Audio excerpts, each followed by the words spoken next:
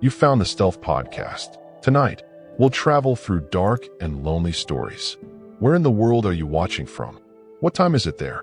Subscribe and leave your like to support us. Let's begin.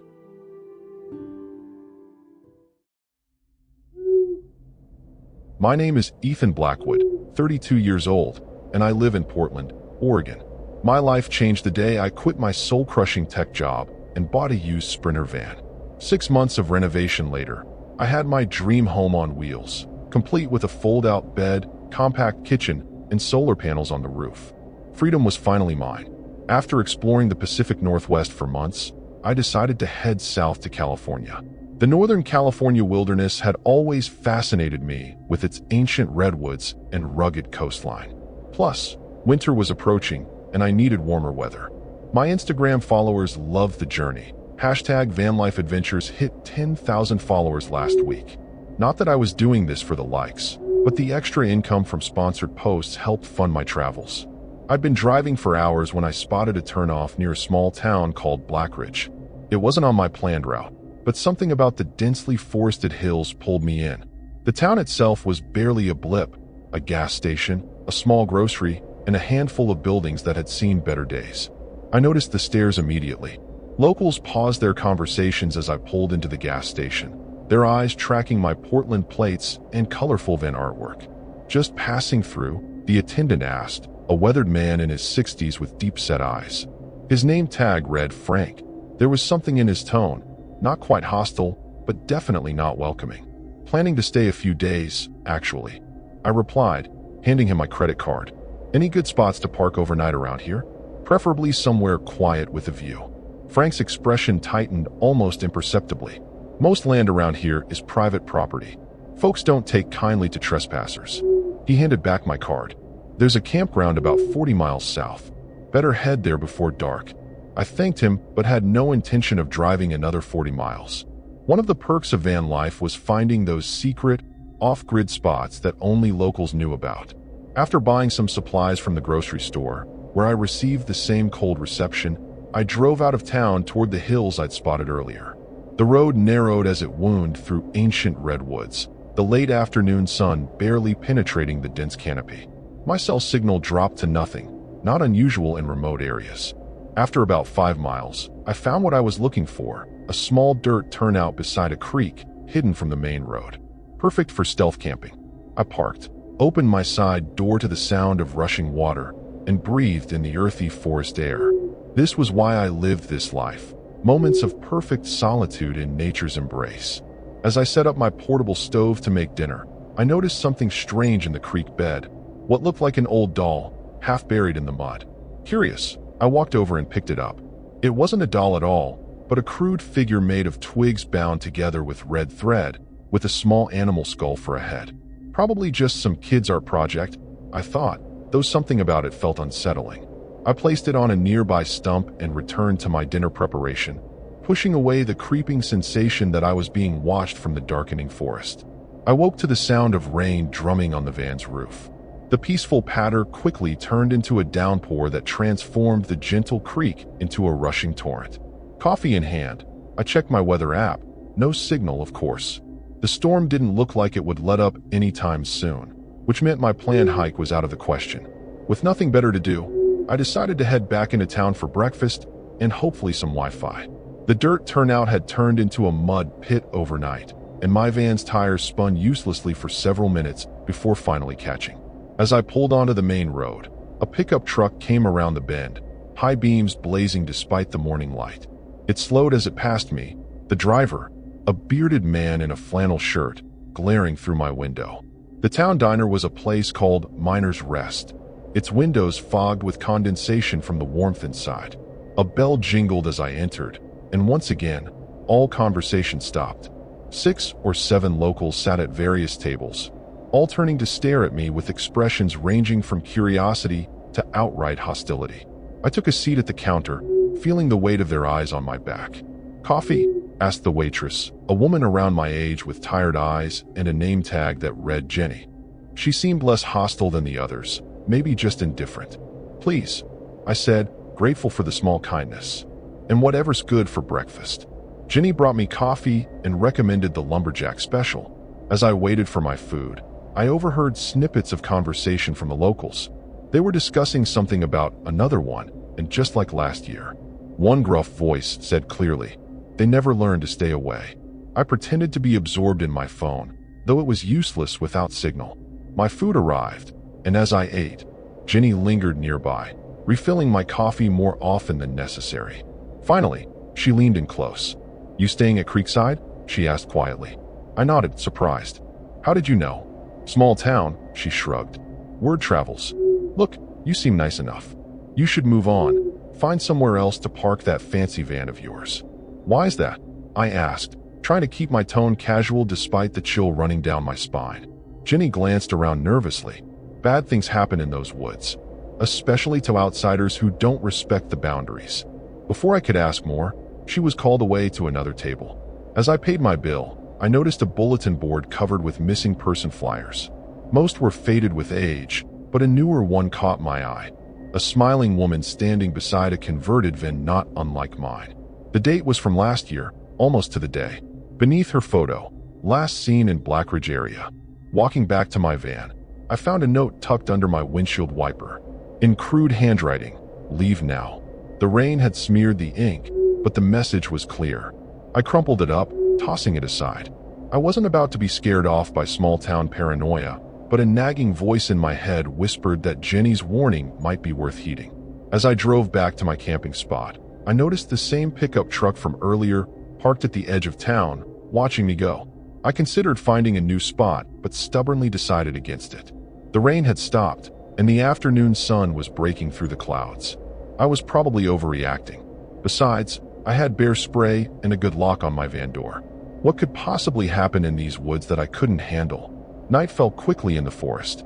After a day spent editing photos and reading, I locked my van doors and settled into bed early, lulled by the sounds of the forest. Around midnight, I woke to the unmistakable crunch of footsteps on gravel.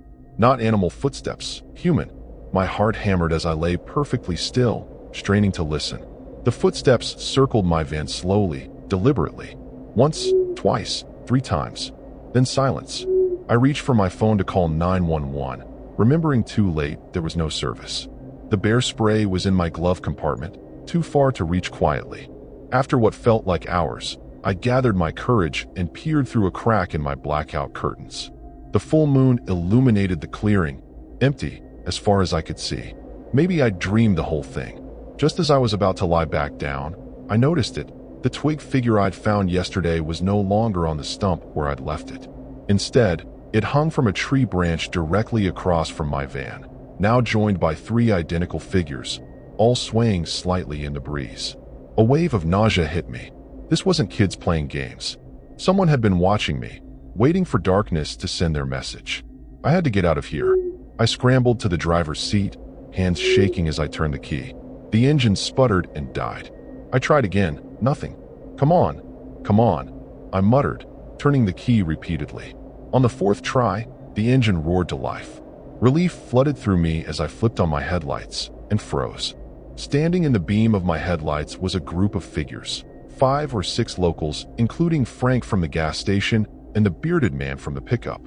They wore expressionless masks made of what looked like animal hide, with only their eyes visible, cold and watchful. I slammed the van into reverse, but something caught beneath my wheels. The van lurched and stalled. In my side mirror, I could see they'd laid out a homemade spike strip behind me. I was trapped. One figure stepped forward, taller than the rest, wearing what looked like a deer skull over his face. He raised his hand, and the others spread out, surrounding my van. The tall one pointed at me, then slowly drew his finger across his throat. Terror coursed through me as I locked the doors and scrambled to the back of the van, grabbing anything I could use as a weapon. My hands found a wrench and the bear spray. The figures began to rock my van gently from side to side, their movements synchronized as they chanted something in low voices. The rocking intensified until I had to brace myself against the walls. Suddenly, the rocking stopped. I heard a woman's voice, familiar. "That's enough. Stop this right now." Through the curtain, I could see Jenny from the diner standing at the edge of the clearing, flashlight in hand. "He needs to leave," growled the man in the deer skull. They all need to learn. Not like this, Jenny insisted. Not again.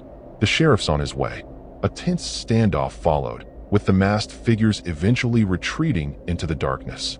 Jenny approached my van and knocked on the window. You need to go, she said, her face pale in the moonlight. Now? I can't hold them off forever. What the hell is happening? I demanded. Who are these people? They protect the boundaries, she said cryptically. This land, it's sacred to them.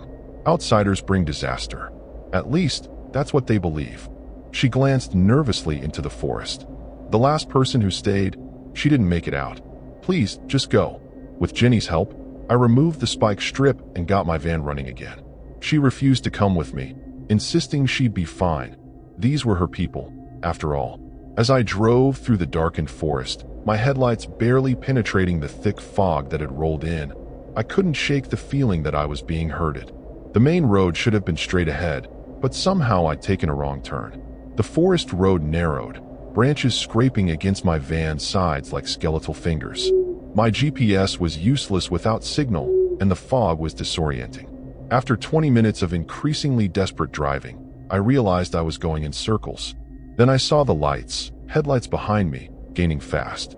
The pickup truck from town was back, now joined by 2 more vehicles. They were toying with me, I realized. They could have stopped me at any time. I floored the accelerator, taking a fork in the road I hadn't noticed before. The van bounded over roots and rocks, everything inside flying around as I gripped the wheel with white knuckles. The pursuing vehicles fell back briefly, but I could still see their lights bobbing through the trees. The road ended abruptly at the edge of a ravine. I slammed on the brakes, the van skidding in the mud before coming to a stop mere feet from the drop.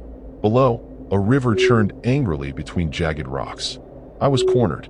The vehicles surrounded me, their headlights creating a blinding wall. Doors opened, and the masked figures emerged once more, now carrying torches that cast eerie shadows across their hide masks. The deerskull man approached my driver's side window and tapped on it with what looked like a hunting knife. Time to pay for trespassing, he said, voice muffled behind the mask. The forest demands sacrifice. In that moment, survival instinct took over. I threw the van into reverse, then cranked the wheel hard, aiming for the narrowest gap between their vehicles. The van fishtailed in the mud, then caught traction. I crashed through their makeshift blockade, sideswiping one of the trucks. Metal screamed against metal as I pushed through. Then I was free, careening back down the forest road. The rearview mirror showed the masked figures scrambling back to their vehicles. I had maybe a minute's head start.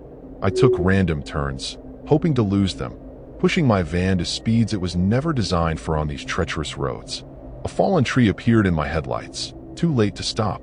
I swerved, the van sliding sideways before tipping onto 2 wheels. Time slowed as I felt the vehicle begin to roll. The world tumbled around me as the van rolled once, twice, coming to rest on its side against a massive redwood. Pain lanced through my shoulder and head. Warm blood trickled down my face as I hung suspended in my seat belt.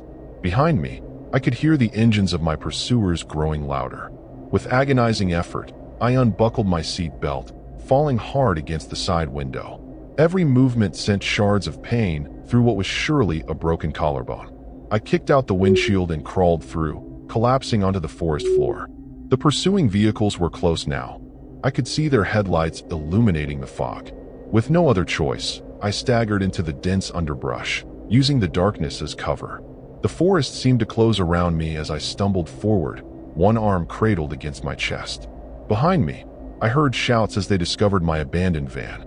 Flashlight beams cut through the darkness, sweeping across the trees. I pushed deeper into the unknown wilderness, driven by pure terror. Dawn broke gray and cold as I huddled in the hollow of a massive redwood, shivering uncontrollably from both cold and fear. I'd spent the night moving as far as my injured body would allow, using the stars for navigation when they occasionally appeared through the canopy. My phone was dead, my shoulder throbbed relentlessly, and the cut on my forehead had finally stopped bleeding but left my face stiff with dried blood. I needed to find a road, a ranger station, anything. As light filtered through the trees, I oriented myself toward what I hoped was east and started walking. Every sound, a snapping twig, rustling leaves, sent panic through me. Were they still hunting me? Or had they given up, satisfied that the forest would claim me anyway? After hours of painful progress, I came upon a clearing that made me stop cold. In the center stood a circle of stones surrounding what could only be described as an altar, a flat rock stained dark with what looked horribly like old blood. Around it, more of those twig figures hung from branches, hundreds of them, clacking against each other in the breeze. I should have turned back, but exhaustion and dehydration were clouding my judgment. I stumbled forward, hoping to find a trail beyond the clearing. As I approached the stone circle, I noticed fresh footprints in the mud. Someone had been here recently. "I warned you to leave," came a voice behind me. I whirled around to find Jenny standing at the edge of the clearing, a hunting rifle cradled in her arms. "Please," I croaked, my voice hoarse. "Help me. I need a doctor." Jenny's expression was conflicted. "You don't understand what you've done. By staying, by coming here, you've triggered something that can't be stopped." "What are you talking about?" I asked, struggling to stay upright as a wave of dizziness hit me. "This land has rules," she said, approaching slowly. "The original people knew not to disturb certain places. When the settlers came, they learned the hard way. Now we protect the boundaries, keep people away from sacred ground. When outsiders trespass," she gestured to the altar, "the forest takes payment." "That's insane," I said, backing away. "You can't seriously believe." "It doesn't matter what I believe," she snapped. "What matters is what happens. Last year, that woman in her van, she stayed too long. We warned her to. The elders performed the ritual, but it wasn't enough. 3 local children disappeared that month. 3. The forest always collects its due." Understanding dawned with horrifying clarity. "You sacrifice outsiders," I whispered. Jenny shook her head. "We try to scare them away first. Most leave, the stubborn ones." Her voice trailed off. "And now it's too late," she said, raising her rifle slightly. "You've seen too much, and you're injured. You'll never outrun them." A branch snapped nearby. Through the trees, I could see them coming. The masked figures, now moving with deliberate purpose in the daylight, no longer concerned about being seen. "There's another way," Jenny said suddenly, lowering her voice. "A path that leads to the highway, about a mile east. If you can reach it before they catch you." "Why would you help me?" I asked, suspicious. "Because I'm tired of the blood," she replied. "Now go." I didn't need to be told twice. As Jenny stepped aside, I bolted toward the east, pushing through pain and exhaustion. Behind me, I heard her firing her rifle into the air, buying me time, I realized. The forest seemed to close in around me as I ran, branches reaching out like claws, roots rising up to trip me. Whether this was supernatural or just my panicked imagination, I couldn't tell. I could hear shouts behind me, growing more distant as I pushed forward. Just when I thought my body would give out, the trees thinned, and I saw it. Asphalt gleaming in the morning sun. The highway. With a final surge of desperate energy, I stumbled onto the road's shoulder and collapsed, waving frantically at an approaching truck. The driver, a startled-looking man in his 50s, pulled over and helped me into his cab, eyes wide at my bloodied appearance. As we pulled away, I looked back toward the forest edge. They stood there watching, the masked figures, with Jenny among them. She raised her hand in what might have been a warning or a farewell. "What happened to you, son?" the truck driver asked, already reaching for his phone to call 911. I opened my mouth to explain, then closed it. Who would believe me? A town of crazed cultists sacrificing outsiders to appease some forest entity? I'd sound insane. "Crashed my van," I said simply. "Got lost in the woods." As we drove away from Blackridge, I felt a chill that had nothing to do with my injuries. In my pocket was the small twig figure I'd found that first day, a reminder that some boundaries aren't meant to be crossed, and some places don't welcome visitors. I'd escaped with my life, but as the miles stretched between me and those ancient trees, I couldn't shake the feeling that something followed me out of those woods, something that wouldn't rest until the forest had claimed its due.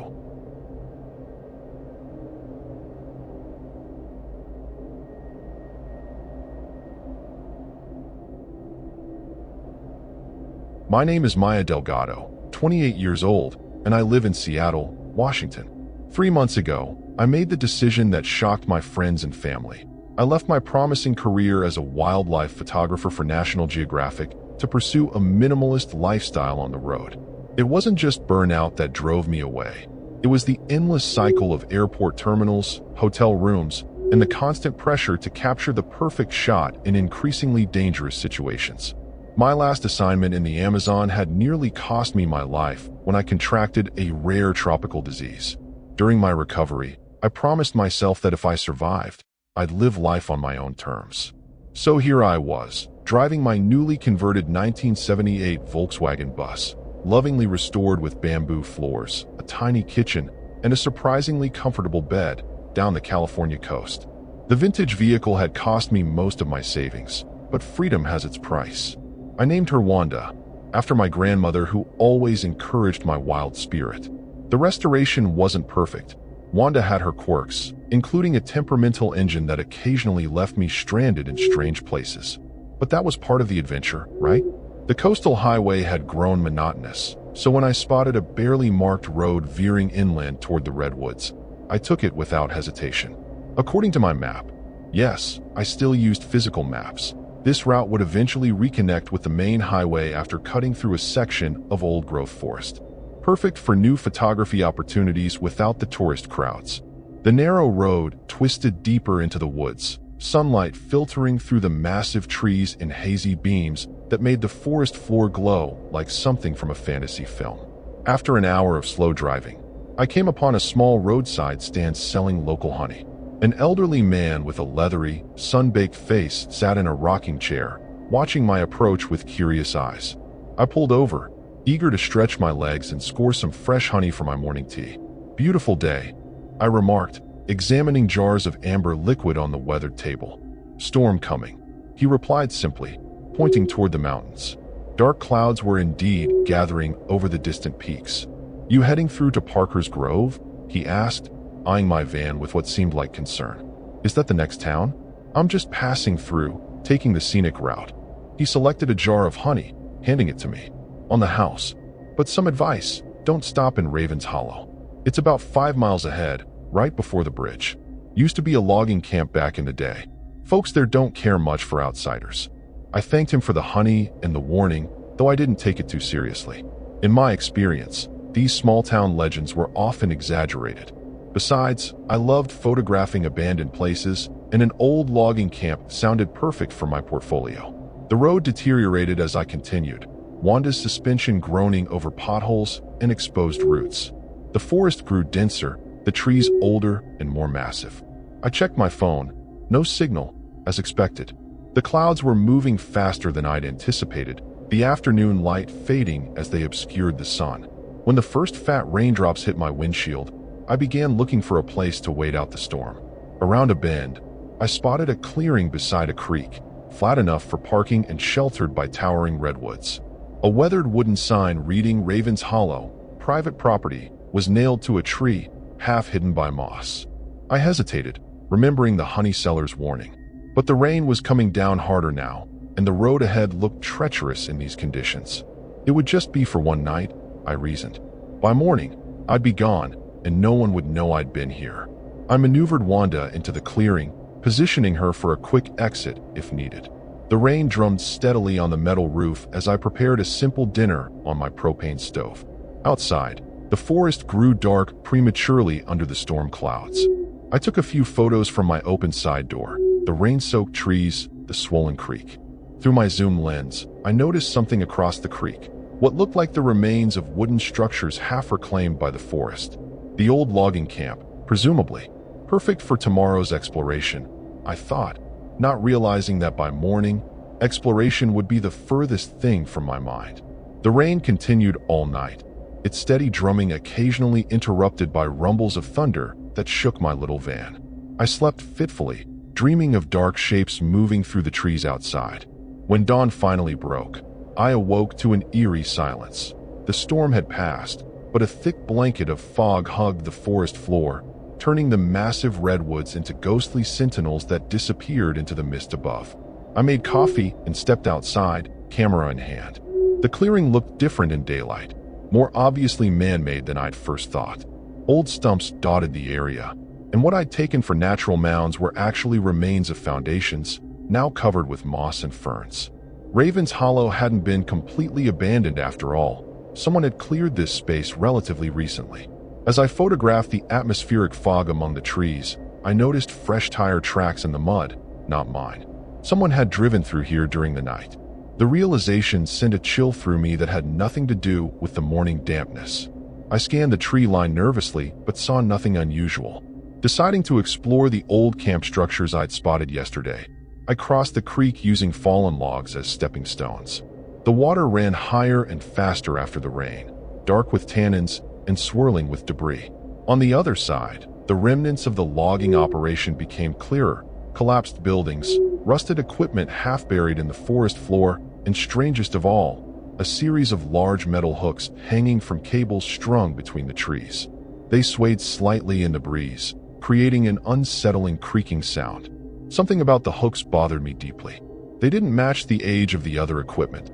These were newer, purpose-built for something I couldn't determine. As I photographed them, I noticed markings carved into the surrounding trees, symbols I didn't recognize, some kind of pictographs that reminded me vaguely of Native American carvings I'd seen in my travels, but different, cruder somehow. Movement caught my eye, a flash of color in the monochrome forest. Following it, I discovered a recent campsite, maybe a day old. Hikers, I thought initially, but there was something off about the arrangement. No tent, just a fire pit with fresh ashes, and around it, a circle of those same symbols carved hastily into the ground. Most disturbing was what hung from a nearby branch, a cluster of small animal skulls, raccoons and squirrels perhaps, painted with red markings. My photographer's instinct warred with my sense of self-preservation. This was exactly the kind of unusual, haunting imagery that would make compelling photographs, but everything about this place screamed danger. As I raised my camera, a twig snapped behind me. I spun around to find a man watching me from between the trees, tall, gaunt, with a wild beard and clothes that looked like they hadn't been washed in months. He carried a hunting knife in one hand and a dead rabbit in the other. "You're trespassing," he said, his voice surprisingly soft for his intimidating appearance. "I'm sorry," I replied, backing away slowly. "I'm just passing through. Waited out the storm last night." "Should have kept driving," he said, stepping closer. "Not safe here for outsiders. Especially now." "Now?" I asked, unable to help myself. His eyes narrowed. "Moon's almost full. 3 days until the offering." He gestured at the symbols on the ground. "They're already preparing." "Who's they?" I asked, still retreating toward the creek. "The keepers," he replied cryptically. "Been here since before the loggers came. Before anyone. They protect what sleeps beneath." He glanced nervously at the ground, then back at me. "You need to leave. Today.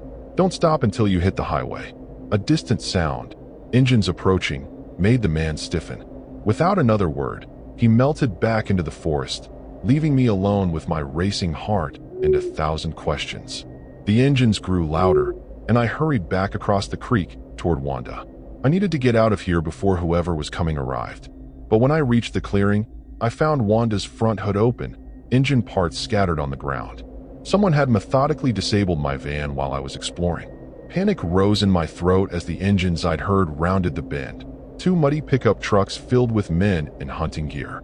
They pulled into the clearing, blocking the exit road. From their grim expressions, I knew this wasn't a coincidence. They'd been waiting for me to return. "Well now," said the driver of the lead truck, a burly man with a salt and pepper beard. "Looks like you've got yourself some car trouble, miss." The men surrounded me, not threatening exactly, but positioned to block any escape route. 5 of them total, all wearing similar hunting gear with patches bearing that same strange symbol I'd seen carved into the trees. Their leader introduced himself as Garrett, head of the Ravens Hollow Conservation Society. His smile didn't reach his eyes. "Beautiful machine you've got here," Garrett said, running a hand along Wanda's side. "Don't make him like this anymore. Shame about the distributor cap. Dangerous thing to lose in these parts." My eyes darted to the scattered engine parts. The distributor cap was conspicuously missing. "You took it," I said, anger momentarily overriding my fear. Garrett shrugged. "Consider it insurance. We'll give it back once we've had a proper chat." He gestured to a log beside the fire pit. "Have a seat." Seeing no alternative, I sat. The other men remained standing, forming a loose circle around me. One of them, younger than the rest with a jagged scar across his cheek, kept his hand on the hunting knife at his belt, watching me with undisguised hostility. "So, Garrett began, sitting across from me. Wildlife photographer from Seattle. Long way from home, Maya. My blood ran cold. How do you know my name? He pulled my wallet from his pocket, flipping through it casually before tossing it back to me. You slept hard last night. Storm will do that. The implication that they'd been in my van while I slept made my skin crawl. What do you want? I asked, trying to keep my voice steady. Want? We want you gone. But there's a problem now. Garrett leaned forward. You've seen things you shouldn't have. The old camp. The preparations. He nodded toward the creek. Even talked to our local hermit, I reckon. I haven't seen anything, I lied. And I was leaving anyway. The scarred man spat on the ground. She's lying. I saw her taking pictures. Garrett's expression hardened. Camera. Now. Reluctantly, I handed over my expensive digital camera. Garrett examined it briefly before passing it to another man who removed the memory card and pocketed it. He then smashed my camera against a rock, the lens shattering with a sound that made me flinch. That was unnecessary, I said, anger flaring again. Look, I don't know what's going on here, and I don't care. Just give me back my distributor cap, and I'll be on my way. Garrett exchanged glances with his companions. Not that simple anymore. 3 days to the offering, and now we've got an outsider who's seen the preparations. He stroked his beard thoughtfully. The elders will need to decide. Decide what? I asked, dread pooling in my stomach. Instead of answering, Garrett stood. Nate will stay with you until we return. Don't try anything stupid. He nodded to the scarred man, who drew his knife and settled onto a stump, eyes fixed on me. The others returned to their trucks. You can't just leave me here. I protested. We'll be back before dark, Garrett called over his shoulder. Pray the elders are feeling merciful. As the trucks disappeared down the road, I was left alone with Nate, the hostile young man who clearly resented his babysitting duty. Hours passed in tense silence. I considered making a run for it, but knew I wouldn't get far in the unfamiliar forest, especially with Nate's obvious tracking skills. Late afternoon brought a change. Nate's head snapped up, listening to something I couldn't hear. He stood, knife ready. Someone's coming, he whispered, more to himself than to me. From the direction of the creek came the bearded man I'd met earlier, moving silently despite his size. Before Nate could react, the hermit was on him, a quick struggle ending with Nate unconscious on the ground. We don't have much time, the hermit said urgently. They'll be back soon. Who are you? I asked, backing away from him. Name's Ellis. Used to be part of their group until I saw what they really do here. He reached into his pocket and pulled out what looked like my van's distributor cap. I've been watching. Knew they'd pull something like this. My hopes surged. You can help me leave? Ellis shook his head grimly. Roads are watched. Only way out now is through the old mining tunnels. They run under the ridge, come out near the highway. He glanced nervously at the darkening sky. But we need to move fast. Full moon's rising tonight. Not in 3 days like I told you. They prepare for days, but the offering happens when the moon is highest. Offering, I repeated, cold dread washing over me. Ellis's eyes met mine, haunted by whatever he'd witnessed. They believe something lives under the hollow. Something ancient. Every full moon, it needs to be fed, or it takes whoever it wants. He swallowed hard. Used to be animals were enough. Not anymore. The implications hit me like a physical blow. They're going to sacrifice someone. Ellis nodded grimly. They've been watching the roads for days, looking for travelers. You drove right into their trap. He helped me quickly gather essential supplies from my van. We need to move. Those tunnels are our only chance now. As we headed toward the creek, a bone-chilling howl echoed through the forest. Not wolf or coyote, but something else entirely, something that made Ellis freeze in terror. It's awake early, he whispered. We need to run. Now. We raced through the darkening forest, the strange howl still echoing in my ears. Ellis led the way, moving with surprising agility for his size, following what looked like game trails through the dense underbrush. Behind us came shouts. Nate must have regained consciousness and raised the alarm. How much further to these tunnels? I gasped, struggling to keep pace. There's an entrance about a mile ahead, Ellis replied without slowing. Old gold mining operation from before the logging days. Most folks have forgotten it exists. The forest grew darker as we pushed deeper into unknown territory. The massive redwoods gave way to younger, denser growth that tore at my clothes and scratched my face. Without Ellis, I would have been hopelessly lost in minutes. My lungs burned with exertion, but fear kept me moving. Another howl split the twilight, closer this time. Ellis cursed under his breath. "It's tracking us." "What is it?" I managed between ragged breaths. "They call it the Guardian," he said grimly. "Protector of whatever sleeps beneath Raven's Hollow. Some kind of ancient spirit, or so they believe." "And you?" I asked. "What do you believe?" Ellis's face was grim in the fading light. "I've seen what it does to the offerings. Spirit, monster, doesn't matter what you call it. It's real, and it's hungry." A new sound reached us, dogs barking. The Conservation Society had released hunting hounds. The pursuit was becoming more organized, more dangerous. We reached a small stream, and Ellis led me into the water. "Follow the stream bed," he instructed. "We'll throw the dogs off our scent temporarily." The cold water numbed my feet as we splashed upstream, using fallen logs and rocks to avoid leaving tracks. The terrain grew steeper, the stream becoming a series of small waterfalls we had to climb. My photographer's hands, used to delicate equipment adjustments, were soon bloodied from gripping rough stone. Night had fully descended when Ellis finally pulled me behind a curtain of moss into a hidden recess in the hillside. The narrow opening widened into a tunnel supported by ancient, rotting timbers. The air inside was stale and heavy with the scent of earth and decay. "Old Miller Mine," Ellis explained, lighting a small flashlight. "Played here as a kid before the Society declared the area off-limits. Tunnels run for miles under the ridge." The beam of light revealed a passage barely tall enough to stand in, stretching into darkness. Water dripped from the ceiling, and the walls glistened with moisture. The whole place felt ready to collapse at any moment. "Is this safe?" I whispered, eyeing the sagging timbers. "Safer than what's behind us," Ellis replied, already moving forward. We'd gone perhaps a quarter mile into the mountain when we heard it, the scrape of claws on stone, echoing from somewhere in the darkness ahead. Ellis froze, extinguishing his light immediately. We stood in perfect blackness, hardly daring to breathe. The scratching came again, closer now, accompanied by a low, rumbling growl that seemed to vibrate through the stone itself. Something was in the tunnel with us, moving our way. "Back," Ellis whispered, his voice barely audible. "There's a side passage we passed."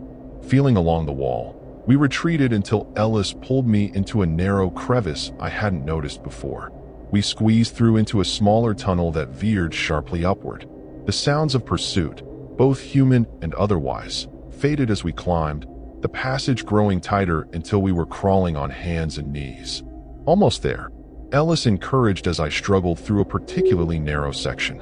"There's a chamber ahead where we can rest." The tunnel suddenly opened into a space large enough to stand. Ellis risked his flashlight again, revealing a cave-like room with several tunnel entrances.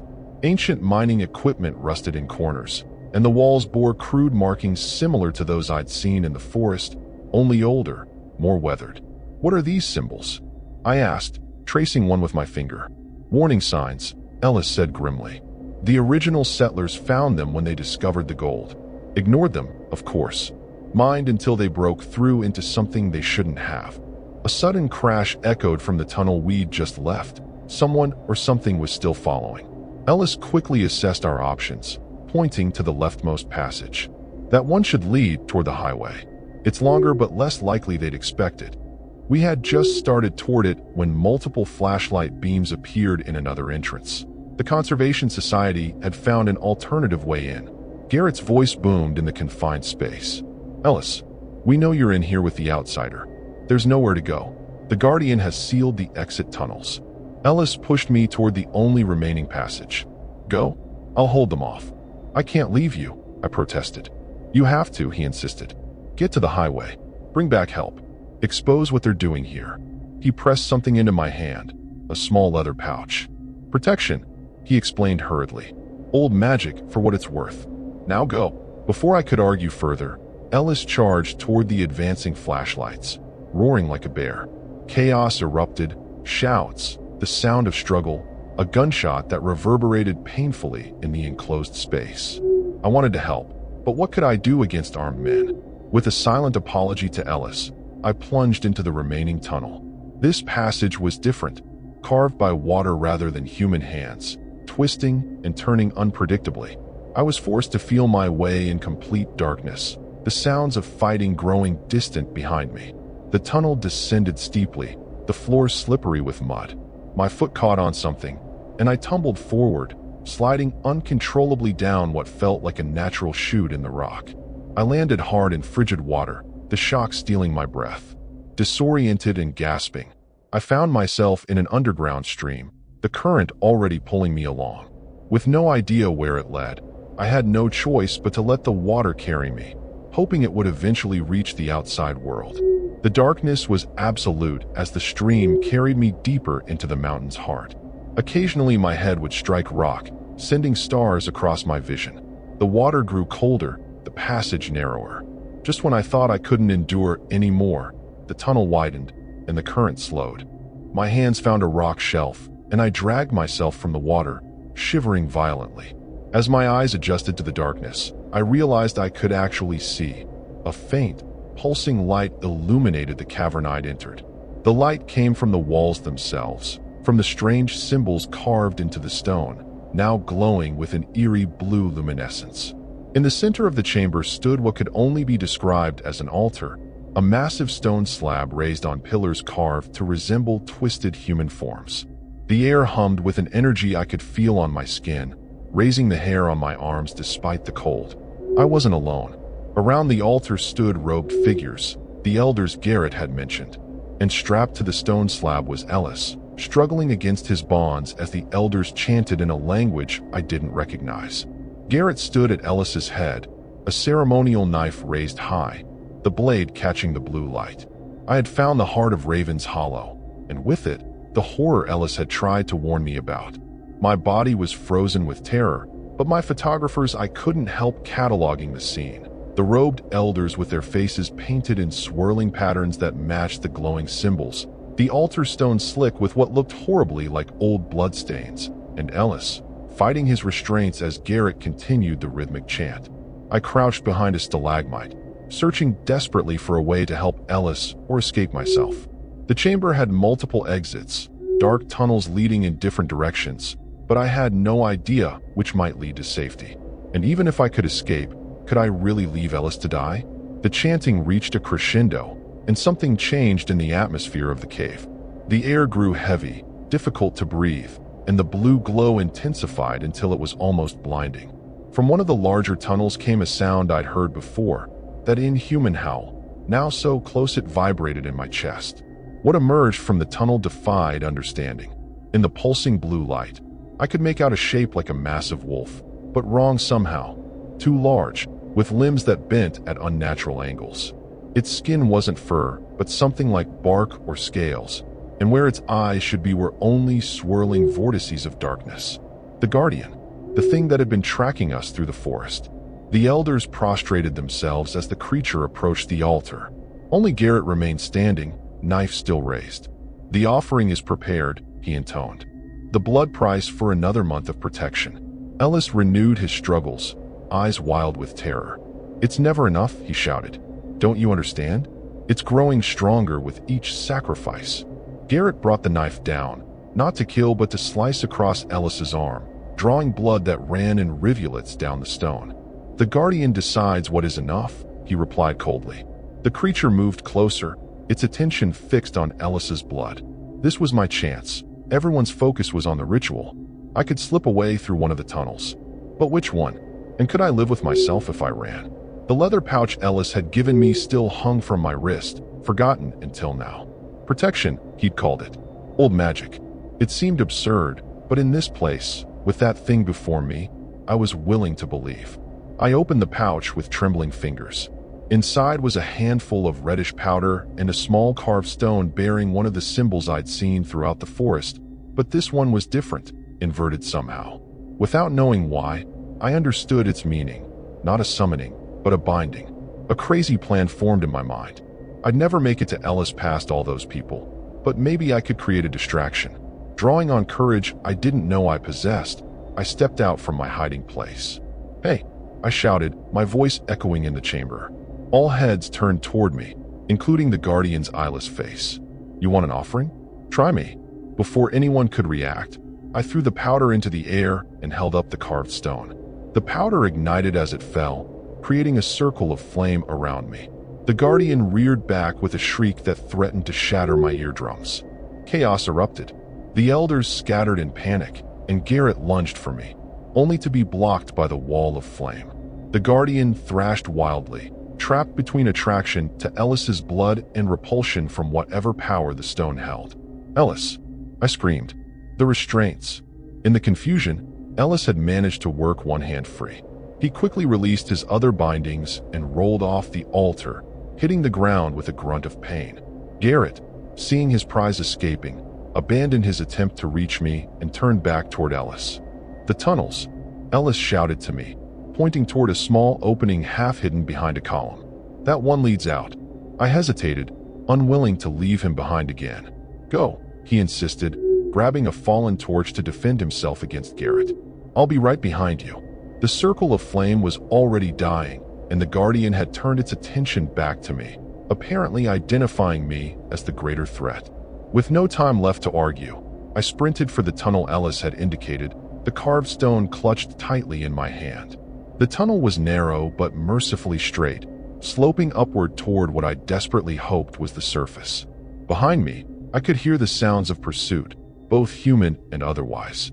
The stone in my hand grew warm, then hot, pulsing with a rhythm that matched my heartbeat. The tunnel began to shudder, small rocks and dirt raining down from the ceiling.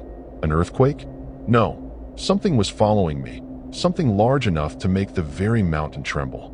The Guardian had chosen to pursue me rather than stay for Ellis. Just when my lungs felt ready to burst, I saw it, a pinprick of natural light ahead. Dawn was breaking outside. With renewed energy, I pushed toward the exit, the tunnel widening as I neared the surface. I burst into the open air, finding myself on a steep hillside overlooking a highway in the distance. Behind me, the tunnel entrance rumbled ominously. The carved stone in my hand now burned painfully hot. Acting on instinct, I spun and hurled it back into the darkness just as the Guardian's massive form filled the tunnel opening. The stone struck the creature and flared with blinding light. A sound like 1,000 voices screaming at once tore through the morning air. The tunnel collapsed inward, burying the Guardian in tons of rock and earth. The entire hillside seemed to shift, trees toppling as the ground settled. When the dust cleared, the tunnel entrance was gone, replaced by a jumble of boulders and fallen trees. Of Ellis there was no sign. Had he found another way out, or was he still inside?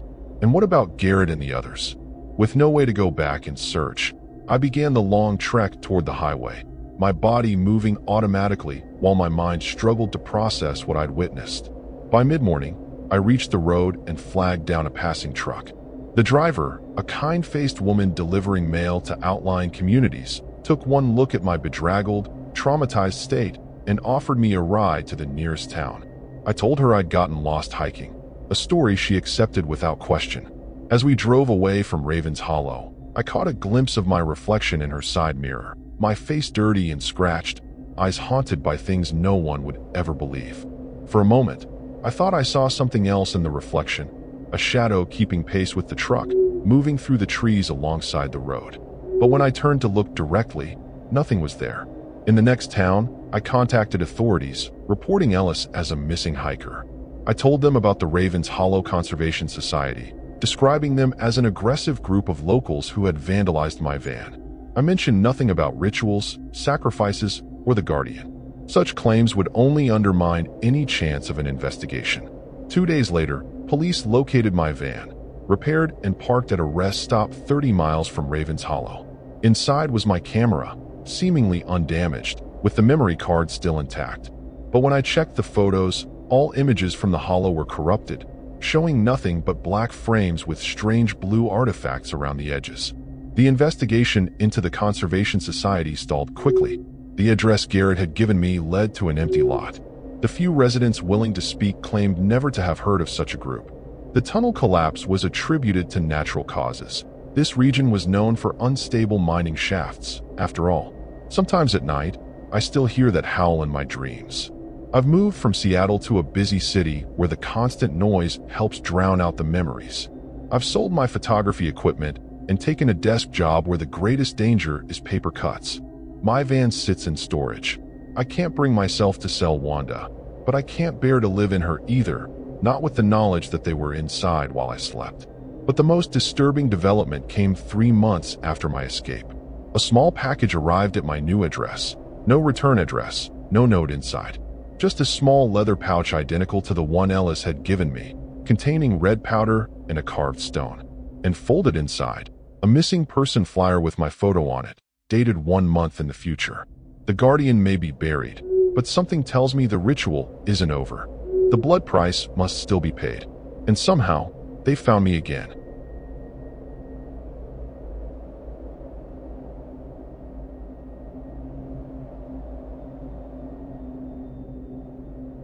Cold air seeps through the van's cracked window, chilling my face as I lie on the fold-out bed. I'm Ethan Caldwell, 29 years old, from Portland, Oregon. Been living in this converted Sprinter van for 2 years, chasing freedom on the open road. Tonight, I'm parked off a dirt road in the backcountry of Mendocino County, California. The redwoods tower around me, their branches swallowing the moonlight. It's quiet, save for the occasional rustle of leaves. I wanted solitude, but this place feels too still, almost watchful. My van's my home. Solar panels, tiny kitchen, cozy bed, but right now, it's just a metal box in the middle of nowhere. I shake off the unease, telling myself it's just the isolation playing tricks. Earlier today, I stopped at a gas station in a nearby town called Garberville. The clerk, a grizzled guy named Roy, barely looked at me as he rang up my coffee. His eyes flicked to my Oregon plates, and his lip curled. "You passing through?" he asked, voice low. I nodded, mentioning I was camping nearby. He didn't say much after that, just handed me my change and turned away. Locals here don't seem to like outsiders, especially not vanlifers like me. I've heard stories of folks getting hassled in remote spots, tires slashed, or worse. But I've got a knife under my pillow and a can of bear spray in the glove box. Should be fine, right? The van's dashboard clock reads 11:47 p.m. I'm scrolling through my phone, trying to distract myself from the eerie silence. No signal out here, just a downloaded playlist and some old photos. I think about my buddy Marcus, who's supposed to meet me tomorrow. He's 32, a freelance photographer from San Francisco, always chasing the perfect shot. He's got this infectious laugh, but he's impulsive, probably why he agreed to join me in this middle-of-nowhere spot. I texted him earlier, joking about Bigfoot. Now, I'm half wishing I didn't. The horror of being alone out here creeps in, like something's waiting just beyond the trees. I crawl to the driver's seat to double-check the locks. The van's side door sticks sometimes, but it's secure. I peer through the windshield, scanning the darkness. Nothing but shadows and the faint outline of the road. My breath fogs the glass, and I wipe it clear. That's when I notice my cooler's lid is ajar. Weird, I swore I closed it after grabbing a soda. I reach over, snap it shut, and laugh at myself. "You're jumping at nothing, Ethan," I mutter. Still, I grab the knife and tuck it under my blanket. Better safe than sorry in a place this remote. Back in Portland, I'd spend nights in my apartment, binge-watching true crime shows. Always thought I'd be the guy who'd notice the red flags, who'd outsmart the danger. Out here, though, it's different. The real world doesn't give you ominous music to warn you. I think about that gas station clerk again, Roy. His stare lingered too long, like he was sizing me up. Maybe I'm paranoid, but I've read about small towns where locals don't take kindly to strangers. Mendocino's got that vibe, all secluded and suspicious.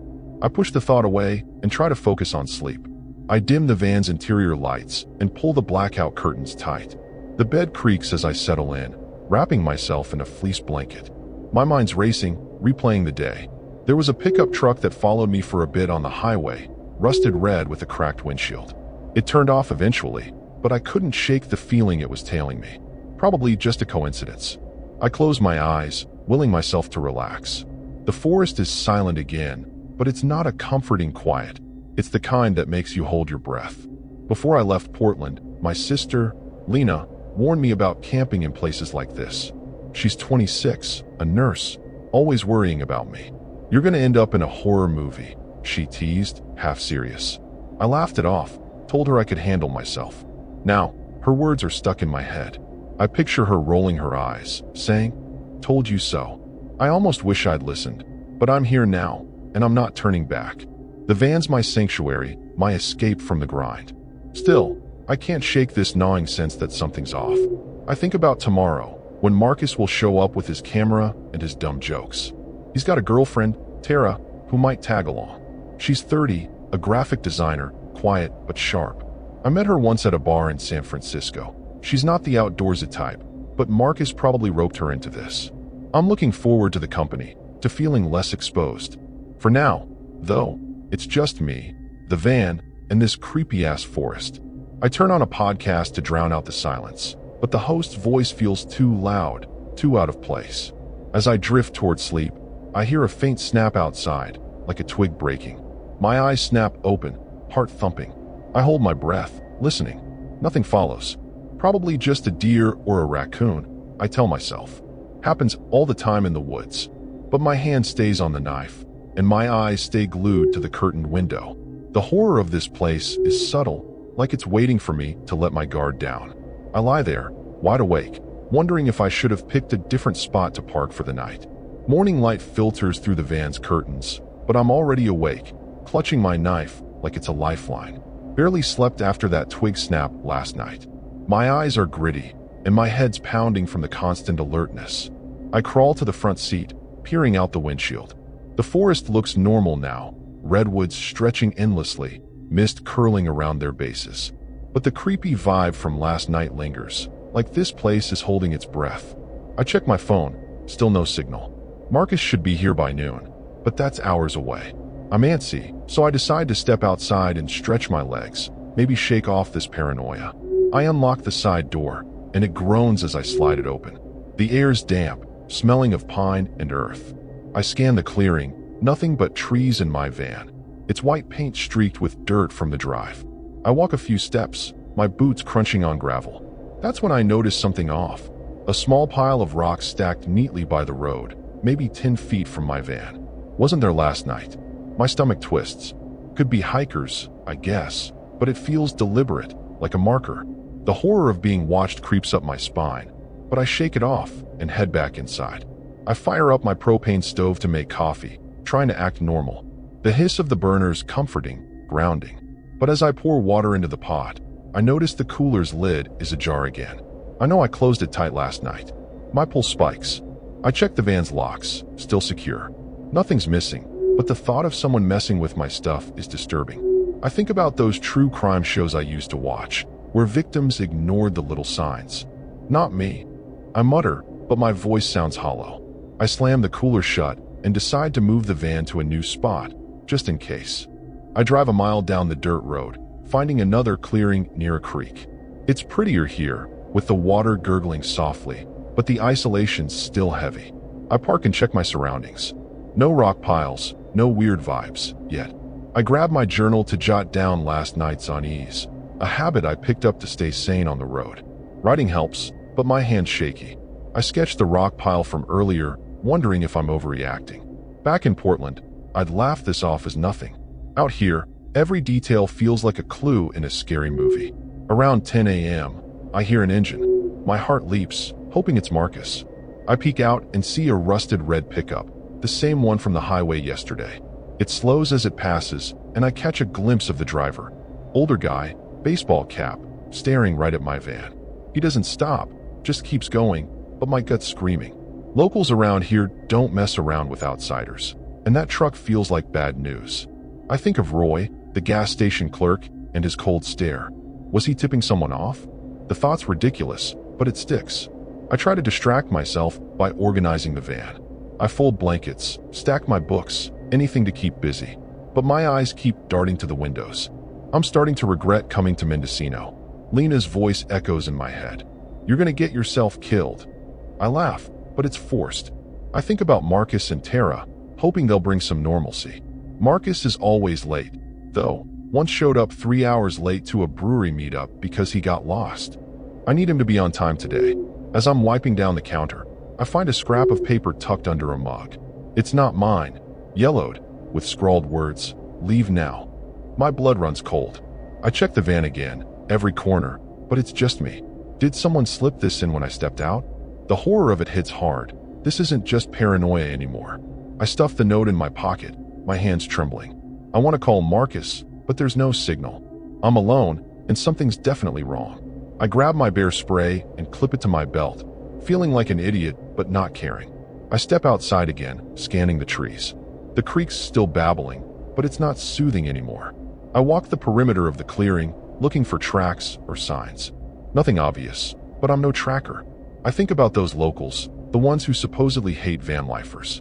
I read a post online once about a guy who camped in California and woke up to his tires slashed, a note saying, "Go home." This feels like that, but scarier. By noon, Marcus still isn't here. I'm pacing, checking my watch every 5 minutes. The note's burning a hole in my pocket, and that rock pile's stuck in my mind. I'm debating whether to pack up and leave when I hear another engine.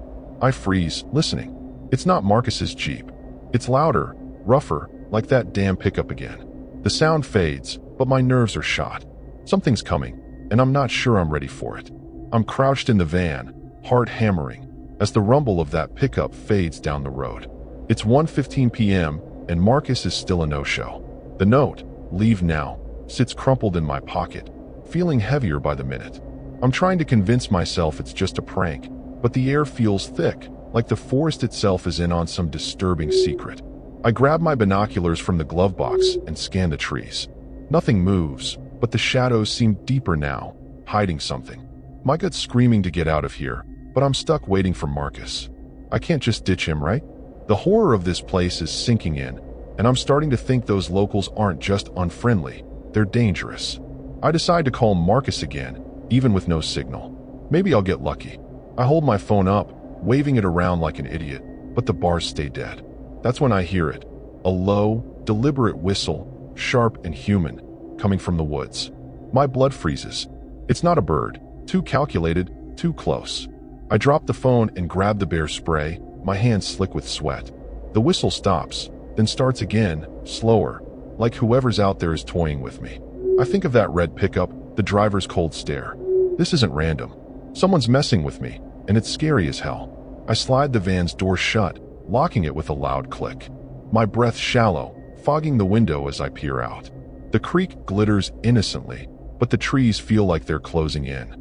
I remember a story Lena told me about a hiker in California who vanished after camping in a spot like this. Locals found his gear, but no body. I laughed it off then, but now it's all I can think about. The whistle comes again, closer, maybe 50 yards away. My mind races. Could be a hunter, a prankster, or something worse. I'm not waiting to find out. I dig through my duffel for my multi-tool, something to feel armed with. The van's my fortress, but it's starting to feel like a trap. I check the windows, making sure the curtains are tight. That's when I see it through a tiny gap. A figure, just for a second, darting between trees. Tall, wearing dark clothes, too quick to make out details. My heart's in my throat. This is real. Someone's out there, and they're not here to chat. The terror's choking me now, like I'm in some horror movie I can't pause. I clutch the bear spray tighter, cursing myself for parking so far from civilization. I try to think logically, like what would Marcus do? He's got this reckless streak, always diving into sketchy situations for a photo. Once, he climbed a cliff in Yosemite with no gear, laughing the whole way. But this isn't a photo op, this is life or death. I consider starting the van and bolting, but what if they've blocked the road? I've seen that in movies. Logs across the path, tires slashed. I check my keys, just in case, and notice my fuel gauge, half a tank. Enough to get out, but not if I'm being chased. The thought's disturbing, but I can't shake it. The whistling stops, and the silence is worse. I'm straining to hear anything. Footsteps, voices, anything. Then, a thud against the van's rear door, hard enough to make the whole thing shake. I yelp, scrambling to the front seat. My hands are shaking so bad I can barely hold the keys. I look in the side mirror, but there's nothing, just the empty clearing. Did they throw something? I'm too freaked to check. The horror of being trapped in my own van is real now. I think of Roy, the gas station clerk. Did he send these people? Are they locals who hate outsiders this much? I start the engine, the roar breaking the silence. I'm done waiting for Marcus. But as I shift into drive, I hear another sound. Voices, low and muffled, coming from the trees. More than one person. My stomach drops. This isn't just one creep, it's a group. I think of those rock piles, the note, the pickup. It's all connected, and I'm the target. The terror's overwhelming, like I'm caught in a nightmare I can't wake from. I ease off the brake, ready to floor it, when my phone buzzes. A text from Marcus. Got lost. Be there in 20. Relief floods me, but it's short-lived. Those voices are getting louder. I kill the engine, not wanting to draw more attention. The voices are clearer now. Male, rough, maybe 3 or 4 guys. I catch words like van and alone. My blood runs cold. They know I'm here, and they're not hiding it. I think about Tara, Marcus's girlfriend. She's not built for this kind of danger. Hell, neither am I. If they get here, we're all screwed. I crawl to the back, checking the rear door. It's locked, but there's a dent now, small but real. Someone hit it hard. The scary reality hits. These locals aren't just scaring me. They want me gone, maybe worse. I'm frozen, listening as the voices fade, like they're moving away. But I don't trust it. I grab a flashlight, ready to blind anyone who tries the door. My mind's racing with what-ifs. What if they come back? What if Marcus drives right into this? I think of that hiker again, the one who vanished. Locals around here have a reputation, don't they? I've read about towns protecting their own, doing whatever it takes to keep outsiders out. The horror's not just in the moment. It's in knowing I might not make it out of this forest. My hands shake as I grip the steering wheel, the van's engine idling. Those voices in the woods are gone, but the dent in my rear door screams danger. Marcus's text said 20 minutes, but I can't wait. The horror of those locals circling me is too real. I hit the gas, the van lurching down the dirt road. Gravel sprays, and branches scrape the roof like fingernails. I'm driving blind, no plan, just pure instinct to get the hell out. The forest blurs past, but my eyes dart to the mirrors, expecting that red pickup to appear. Every shadow feels like a threat, every bend in the road a trap. My heart's pounding so loud it drowns out the engine. The road narrows, and I curse myself for not mapping this out better. Back in Portland, I'd spend hours planning routes, but here I just followed a whim. Stupid. I think of Lena, her warnings about remote places. She'd kill me if she knew how deep I'm in. A sign flashes by, Highway 101, 10 miles. If I can reach it, I'm safe. But then I see it, a fallen log across the road, too big to be natural. My stomach drops. It's deliberate, just like the rock pile, the note. The scary reality hits. They're not just scaring me, they're hunting me. I slam on the brakes, the van skidding. No way around the log. The trees are too tight. I'm trapped. My mind races, backtrack or ditch the van. I grab the bear spray and knife, shoving them in my jacket. I'm about to bolt when headlights flare behind me. It's not Marcus's Jeep. It's that damn red pickup, creeping closer. My throat tightens.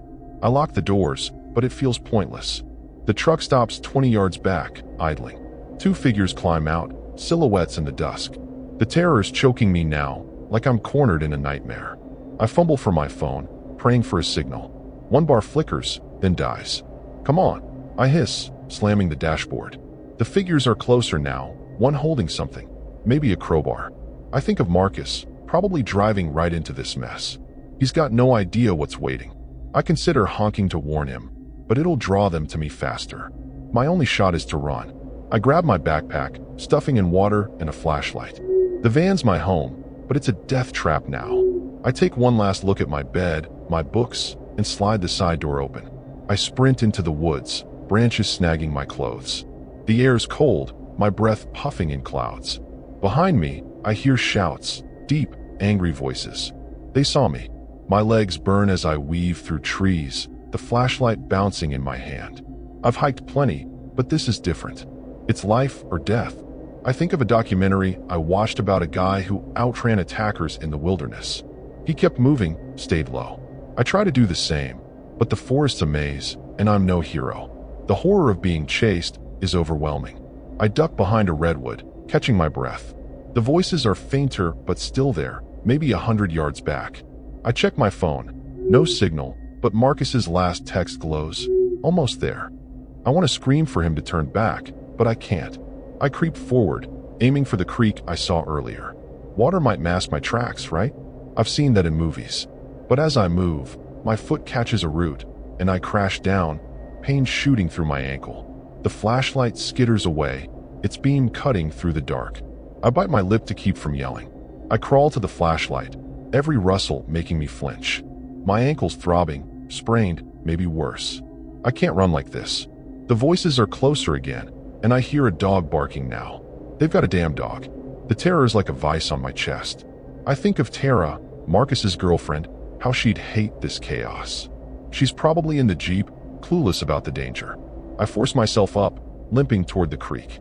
The water's freezing as I wade in, the current tugging at my boots. I'm shaking, but I keep moving, praying I'll lose them. I stumble out of the creek, soaked and freezing, and spot a faint light ahead. Headlights, maybe Marcus. Hope surges, but it's short-lived.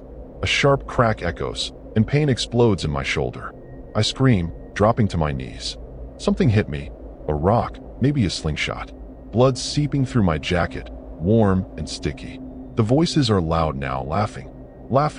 The horror of it sinks in. These locals don't just want me gone, they're enjoying this. I crawl toward the light, every movement agony, knowing I'm running out of time. I'm gasping, vision blurring, when I hear an engine roar closer. It's Marcus's Jeep, skidding to a stop. "Ethan," he yells, jumping out. Tara's with him, her face pale. I try to shout a warning, but my voice is weak. The barking's louder, the voice is closing in. Marcus hauls me up, half dragging me to the Jeep.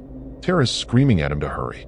I'm barely conscious, the pain in my shoulder drowning everything else. We pile in, and Marcus floors it, the Jeep fishtailing. But the pickup's headlights flare behind us, and I know this isn't over. The Jeep bounces over ruts, Marcus cursing as he swerves around trees. My shoulder's on fire, blood soaking my shirt. Tara's in the back, clutching my hand, her eyes wide with fear. "What the hell's happening?" she keeps asking, but I can't answer. The pickup's gaining, its headlights flooding the Jeep.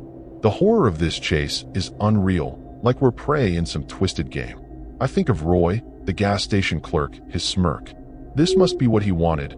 Outsiders like me taught a lesson. My vision's fading, but I force myself to stay awake. We're not safe yet. Marcus takes a sharp turn, and the Jeep nearly tips.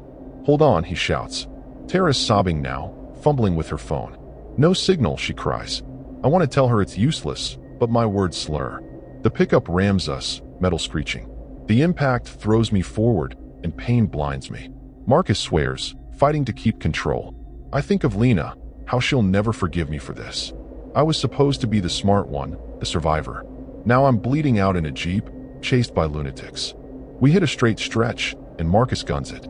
The pickup falls back, but I hear a gunshot. Loud, sharp. The rear window shatters, and Tara screams. I turn, seeing her slump, blood spreading across her chest. "No!" Marcus roars, his voice breaking. I'm frozen, the terror overwhelming. Tara's gone, her hand limp in mine. The locals did this. They're not just scaring us anymore. They're killing us. Marcus's eyes are wild, tears streaming as he pushes the Jeep faster. I'm too weak to help, my own blood pooling on the seat. The highway's close. I see a sign for 101. If we make it, maybe we're safe. But the pickup's still there, relentless. Another shot rings out, and the Jeep lurches. A tire's blown. Marcus fights the wheel, but we're slowing. My head's spinning, the pain in my shoulder unbearable. I think of that hiker who vanished, how no one found him. Is this how it ends? The horror of it is crushing. I fumble for my knife, but my hands are useless. Marcus is yelling something, but it's distant, like I'm underwater. The Jeep skids off the road, crashing into a ditch. The impact throws me against the dash, and everything goes black for a second. When I come to, Marcus is slumped over the wheel, blood dripping from his temple. The pickup stopped nearby, doors opening. I hear boots on gravel, voices laughing again. The scary truth hits, they're not done. I try to move, but my body's shutting down. Tara's dead, Marcus is out, and I'm next. I think of my van, abandoned back there, my home for 2 years. It's nothing now. I drag myself out of the Jeep, collapsing in the dirt. My shoulder's useless, my ankle screaming. The figures are closing in, 3 men, one with a rifle, another with a crowbar. The dog snarling, straining on a leash. I recognize one of them, Roy from the gas station. His grin is pure malice. "Told you to pass through," he says, spitting. The horror of his words cuts deep. This was planned, personal. I try to crawl, but the rifleman raises his gun. I think of Lena, her face, her laugh. "I'm sorry," I think, as the world fades. The shot's deafening, but I don't feel it. Maybe I'm already gone. My last thought is of the van, parked alone in the woods, waiting for me to come back. I see Marcus's Jeep, Tara's body, the blood. The locals won. They kept their territory clear. The tragedy of it is numbing. I was just a guy living his life, chasing freedom. Now I'm a story, a warning for other vanlifers. Don't stop in Mendocino. Don't trust the locals. The darkness takes me, and the forest stays silent, like it never happened. I wake up, somehow, in a hospital bed. Machines beep, and my shoulders bandaged. A cop's there, saying they found me half dead on the highway. Marcus and Tara didn't make it. The locals claimed it was a hunting accident, and no one's talking. I'm alive, but it's no victory. The horror of that night's burned into me. I'll never touch the van again. It's still out there, impounded somewhere. Lena's flying in tomorrow, and I don't know how to face her. I made it out, but at what cost? This place broke me, and those locals got away with it. I'm haunted by Tara's scream, Marcus's last look. The tragedy isn't just their deaths, it's the betrayal, the cruelty of people who'd kill to keep outsiders away. I think of that note, leave now, and wish I'd listened. The cop says I'm lucky, but I don't feel it. Mendocino's a stain on my soul, a reminder that freedom comes with a price. I'm done with the road, done with the dream. The scary part? I know those locals are still out there, waiting for the next van to roll through.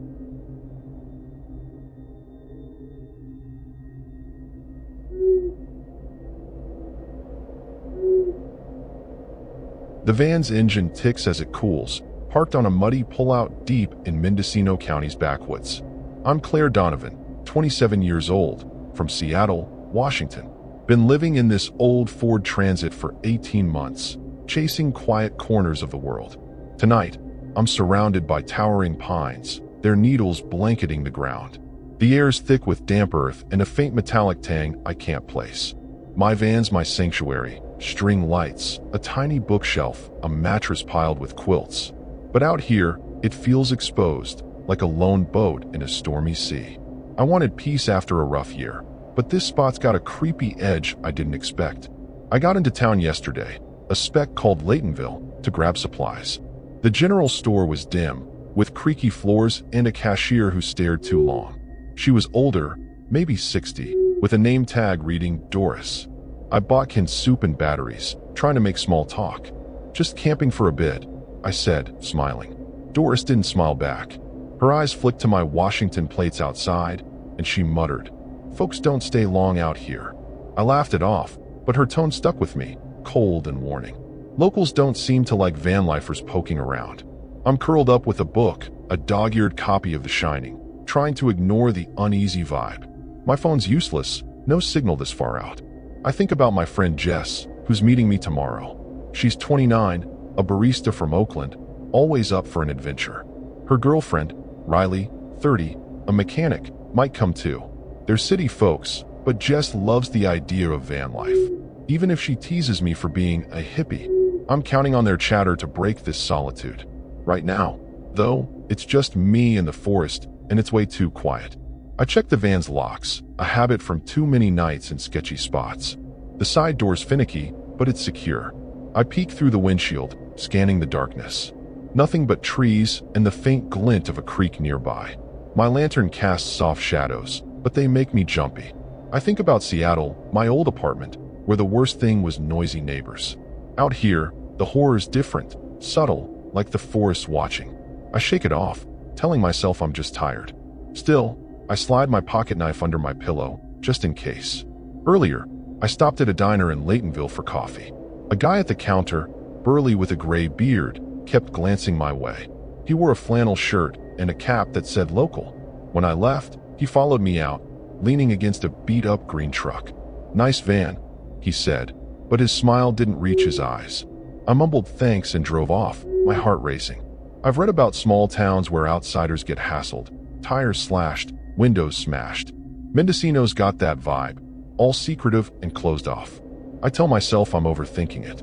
I brew chamomile tea on my camp stove, hoping it'll calm my nerves. The steam warms my face, but my hands are still shaky. I think about my brother, Nate, back in Seattle. He's 24, a coder, always worrying about me. "You're gonna end up in a ditch," he said when I bought the van. I laughed, called him dramatic. Now, his words are looping in my head. I sip my tea, staring at the blackout curtains. They block the outside, but they can't block the feeling that something's off, something scary waiting in the dark. I notice my water jug's low. Must have used more than I thought washing dishes. I'll need to refill tomorrow, maybe at the creek. For now, I ration what's left and climb into bed. The mattress creaks, and I pull the quilts tight. I try to focus on Jess and Riley, how we'll hike and swap stories tomorrow. Jess always brings her guitar, strums these goofy songs that make everyone laugh. I need that normalcy. But as I lie there, the forest silence feels heavy, like it's pressing against the van's walls. I'm half asleep when I hear it, a low hum, like an engine idling far off. My eyes snap open, pulse spiking. I hold my breath, listening. It's faint but steady, not natural. I think of that green truck, the guy from the diner. Is he out there? The horror of being alone hits hard. I grab my knife, clutching it like a lifeline. The hum stops, and the silence is worse. I'm wide awake now, staring at the ceiling, wondering if I should have picked a different place to park. I tell myself it's nothing, a hunter, a ranger, maybe, but my gut's screaming otherwise. I think of Doris's warning, the way she said folks don't stay long. Was she trying to tell me something? I crawl to the front seat, peering through a slit in the curtains. The pullout's empty, but the creek reflects something odd, a faint glow, like a cigarette ember, winking in the trees. My stomach twists. Someone's out there, and I'm not sure I'm ready for what comes next. I wake up to gray light seeping through the van's curtains, my neck stiff from sleeping with a knife in my hand. That humming engine I heard last night is gone, but the memory of that cigarette glow in the trees has me on edge. It's 6:30 a.m., and Jess and Riley won't be here for hours. The forest's quiet, but it's a creepy kind of quiet, like it's waiting for me to screw up. I'm already regretting parking so far from the main road. My coffee's cold, but I sip it anyway, trying to shake the horror of feeling watched. I need to move the van, find a spot less exposed, but part of me just wants to pack up and leave. I step outside to check the surroundings, my boots sinking into the muddy pullout.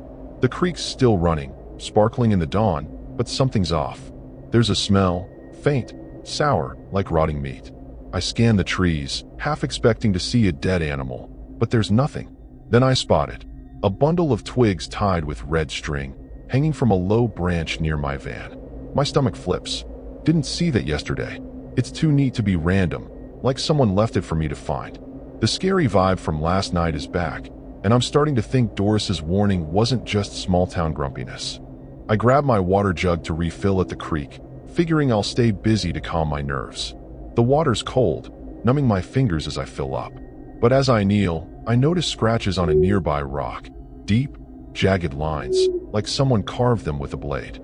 They form a rough arrow pointing downstream. My pulse spikes. Is this a trail marker or something worse? I think of that guy from the diner, his creepy smile. Locals around here don't like outsiders, and I'm starting to feel like a target.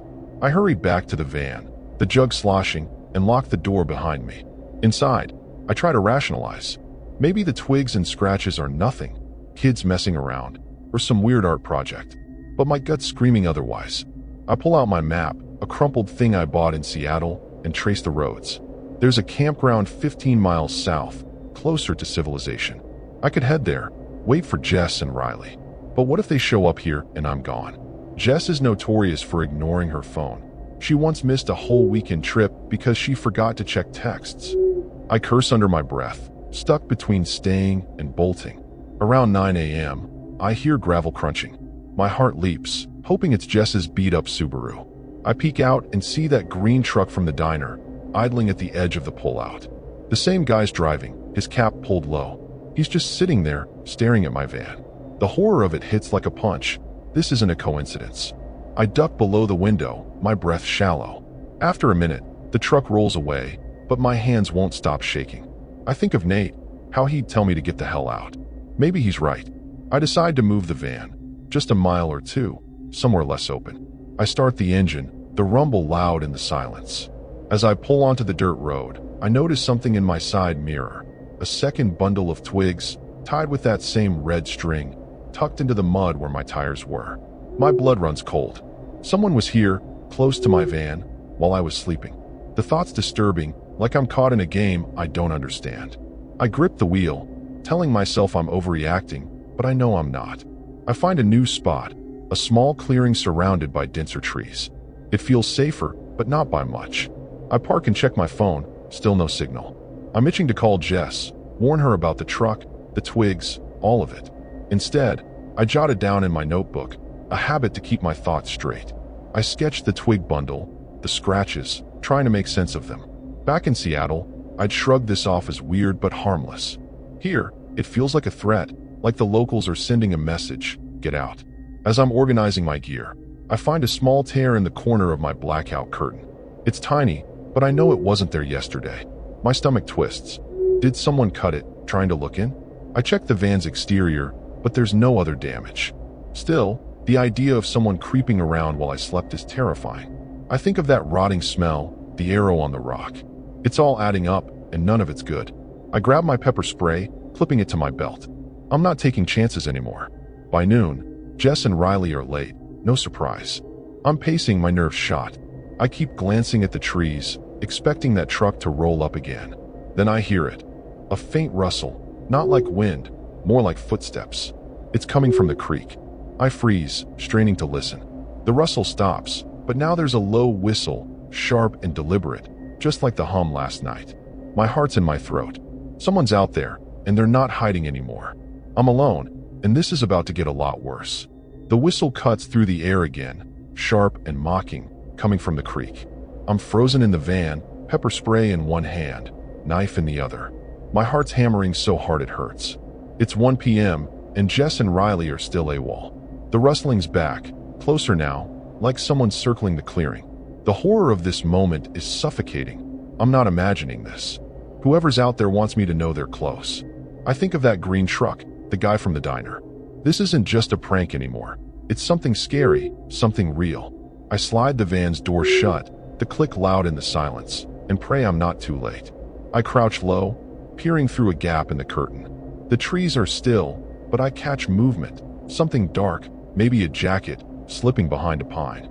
My stomach lurches. There's definitely someone out there, maybe more than one. I think of Nate, how he'd tell me to trust my gut. My gut's screaming to run, but where?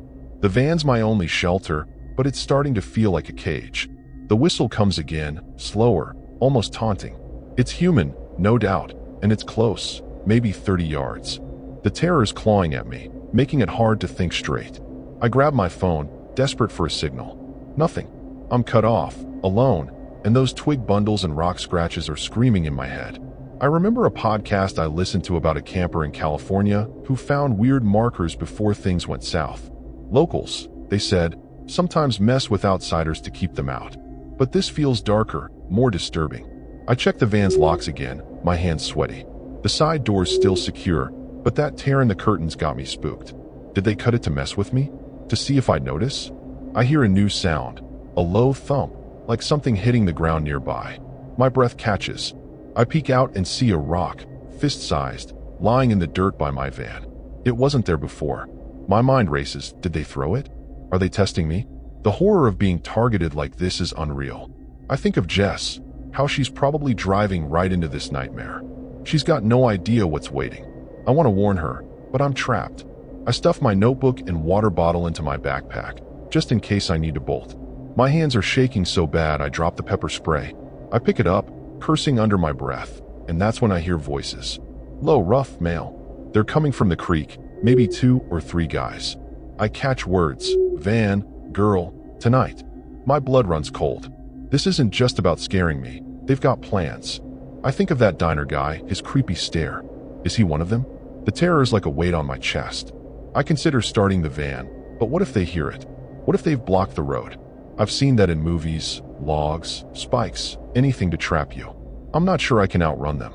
I crawl to the driver's seat, keys in hand, ready to make a call. But then I see it through the windshield, a figure, tall, standing at the edge of the clearing. He's wearing a dark hoodie, face shadowed, just staring at my van. My heart stops. He doesn't move, doesn't wave, just stands there. The scary part is how calm he looks, like he knows I'm trapped. I think of Riley, how she's a mechanic, tough as nails. If she were here, maybe we'd have a shot. But it's just me, and this guy's not alone. I hear the others laughing now, their voices echoing. The figure steps back, melting into the trees, but the voices don't stop. They're louder, closer, like they're fanning out. I think of that rotting smell from earlier. Was it a warning? A trap? The horror of it all is sinking in. These locals aren't just messing with me. They want me gone, maybe worse. I start the engine, the roar shattering the quiet. I'm done waiting for Jess. But as I shift into gear, another rock hits the van, this time cracking the side window. I scream, the glass spiderwebbing. They're not letting me go that easy. I floor it, the van bouncing over roots and mud. The road's narrow, and branches slap the windshield. In my mirror, I see two figures now, running after me, one with something in his hand. A bat, maybe. My pulse is through the roof. I think of Seattle, how safe my old life felt. Why did I come here? The voices fade, but I hear a new sound. An engine, loud and rough, like that green truck. It's behind me, somewhere. The terror's overwhelming now, like I'm racing against death itself. I grip the wheel, praying I make it to the highway. I swerve around a bend, and that's when I see Jess's Subaru parked up ahead. Doors open, no one inside. My heart sinks. Did they get to her? Are they using her to lure me? The horror of it hits like a wave. Jess and Riley could be in danger because of me. I slow down, torn between stopping and speeding past. The truck's engine is louder now, closing in. I'm out of time, and whatever's waiting for me is about to make itself known. I slam on the brakes, the van skidding to a stop beside Jess's Subaru. Its doors are wide open, the interior dark and empty. My heart's pounding, the green truck's engine roaring closer behind me. The horror of seeing Jess and Riley's car abandoned is like a punch to the gut. Did the locals get them? Are they hurt? I want to scream their names, but the truck's headlights flare in my mirror, maybe a quarter-mile back. I've got seconds to decide, search for them or save myself. The terror's choking me, but I can't leave my friends. I grab my pepper spray and knife, leap out, and sprint to the Subaru, my legs shaking. The car's a mess. Jess's guitar case is tipped over, Riley's tool bag spilled on the floor. A smear of blood stains the driver's seat. My stomach lurches. This is bad, really bad. I whisper, Jess, Riley. But there's no answer, just the wind hissing through the pines. The truck's engine is louder now, tires crunching gravel. I think of Nate, how he'd tell me to run, but I can't abandon them. I spot Jess's phone on the dash, screen cracked, a text half-typed. Claire there, it cuts off. The scary reality hits. They were trying to warn me, and I was too late. I hear a shout, male, angry, coming from the woods. My pulse spikes. I duck behind the Subaru, clutching my knife. The truck pulls up, its headlights bathing the road in harsh light. Two men climb out, one with a shotgun, the other holding a flashlight. I recognize the guy from the diner, his cap still low. She's here somewhere, he growls, sweeping the beam toward the trees. The horror of being hunted is overwhelming, like I'm prey in their twisted game. I think of that twig bundle, the rock scratches. They've been planning this, and now Jess and Riley are caught in it. I crawl into the woods, branches clawing my face. My breath's ragged, but I keep moving, aiming for the creek to mask my tracks. I've seen that in survival shows, water throws off dogs, right? But then I hear barking, sharp and vicious. They've got a dog. My ankle twists on a root, pain shooting up my leg, but I don't stop. The flashlight beam swings close, and I drop flat, dirt in my mouth. The men's voices are clearer now. Find the girls, finish this. The terror's like ice in my veins. They're not just scaring us, they're going to kill us. I reach the creek, the water freezing as I wade in. It's shallow, barely to my knees, but it slows me down. The barking's louder, and I hear splashing behind me. They're close. I think of Jess, her goofy laugh, how she'd strum her guitar at campfires. Is she out here bleeding? I push forward, slipping on rocks, my hands numb. The flashlight beam catches my back, and a voice yells, there. A shotgun blast echoes, pellets ripping through branches above me. I scream, diving behind a boulder. The horror of being shot at is unreal. I'm not making it out of this. I'm gasping, soaked, when I spot a figure ahead. Jess, stumbling through the trees, her arm bleeding. Claire, she hisses, her face pale. Relief floods me, but it's short-lived. She's hurt, bad, and Riley's nowhere. They grabbed her. Jess whispers, tears streaking her face. They're crazy. The barking's closer, the men shouting. I pull Jess behind the boulder, my mind racing. We need to move, but where? The highway's miles away, and my van's back by the Subaru. The scary part is we're out of options, and those locals are closing in. We limp along the creek, Jess leaning on me. Her arm's a mess, blood soaking her sleeve. I tear my scarf, wrapping it tight to slow the bleeding. We'll find Riley, I say, but my voice shakes. The truth is, I'm terrified she's gone. The men's voices are fainter, but the dog's still tracking us. I think of Seattle, my old life, how I thought Vanlife would fix everything. Now it's a death sentence. A twig snaps nearby, and Jess freezes. Someone's out there, not the men, someone else. The horror of more threats is crushing. I raise my knife, ready to fight. A figure steps into view, not a local, but Riley, her face bruised, one eye swollen shut. Run, she croaks, collapsing beside us. She's alive, but barely. The dog's barking is deafening now, and headlights cut through the trees. The truck's circling, hunting us.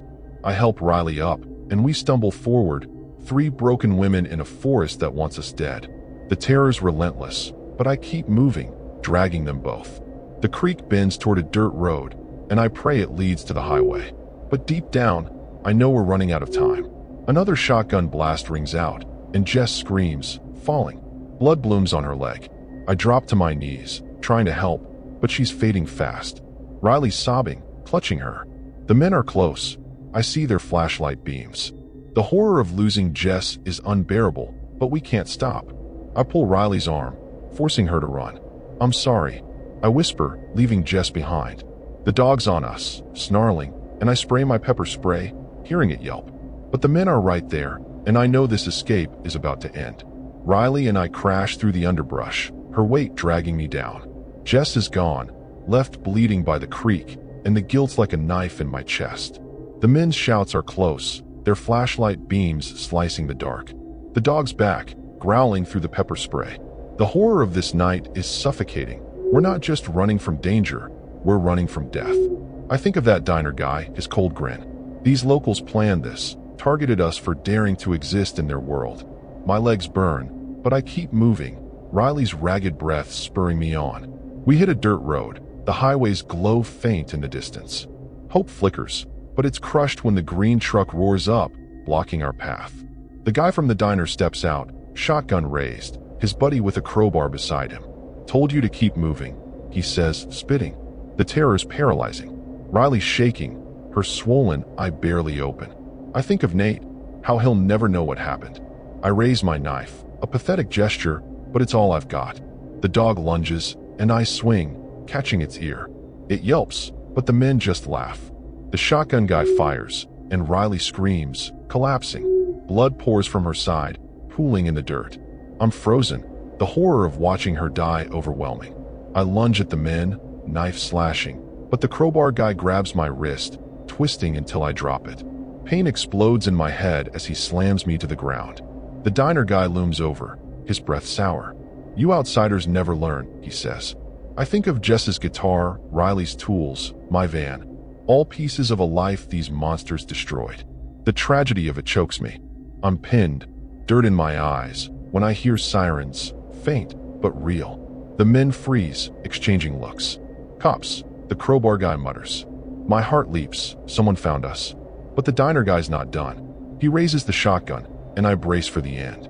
The sirens get louder, and he curses, spitting on me instead. You're not worth it, he says, and they bolt for the truck, peeling out. I crawl to Riley, but she's still, her eyes glassy. The horror of losing her, losing Jess, is a weight I can't carry. Headlights flood the road, not the truck, but a police cruiser. I'm sobbing, screaming for help, but it's too late. The cop pulls me up, his face grim. You're lucky to be alive, he says, but I don't feel lucky. Riley's gone. Jess is probably dead by the creek, and I'm broken. The tragedy of this night is suffocating. I think of my van, abandoned back there, my home for so long. It's nothing now, just a shell. The cop says they'll search for the men, but I know these locals. They'll cover their tracks, like they always do. I'm in an ambulance, bandages on my head, my arm limp from the fight. The medic's kind, but I can't stop shaking. I think of Doris, her warning at the store. Did she know? Was she part of it? The horror of that thought gnaws at me. I picture Jess's smile, Riley's tough grin, and it hurts worse than any wound. I was supposed to protect them, but I led them into a trap. Mendocino's a nightmare, a place where outsiders pay in blood. My van life dream is dead, buried with my friends. The hospital's cold, sterile, nothing like the warm glow of my van's string lights. Nate's on his way, probably furious and terrified. I don't know how to face him, how to explain this. The cops say they found Jess's body by the creek, confirming what I feared. The locals claimed it was a hunting mishap, and no one's talking. The scary part is they'll get away with it, like they always do. I'm alive, but it's no victory. The tragedy of losing Jess and Riley is a scar I'll carry forever.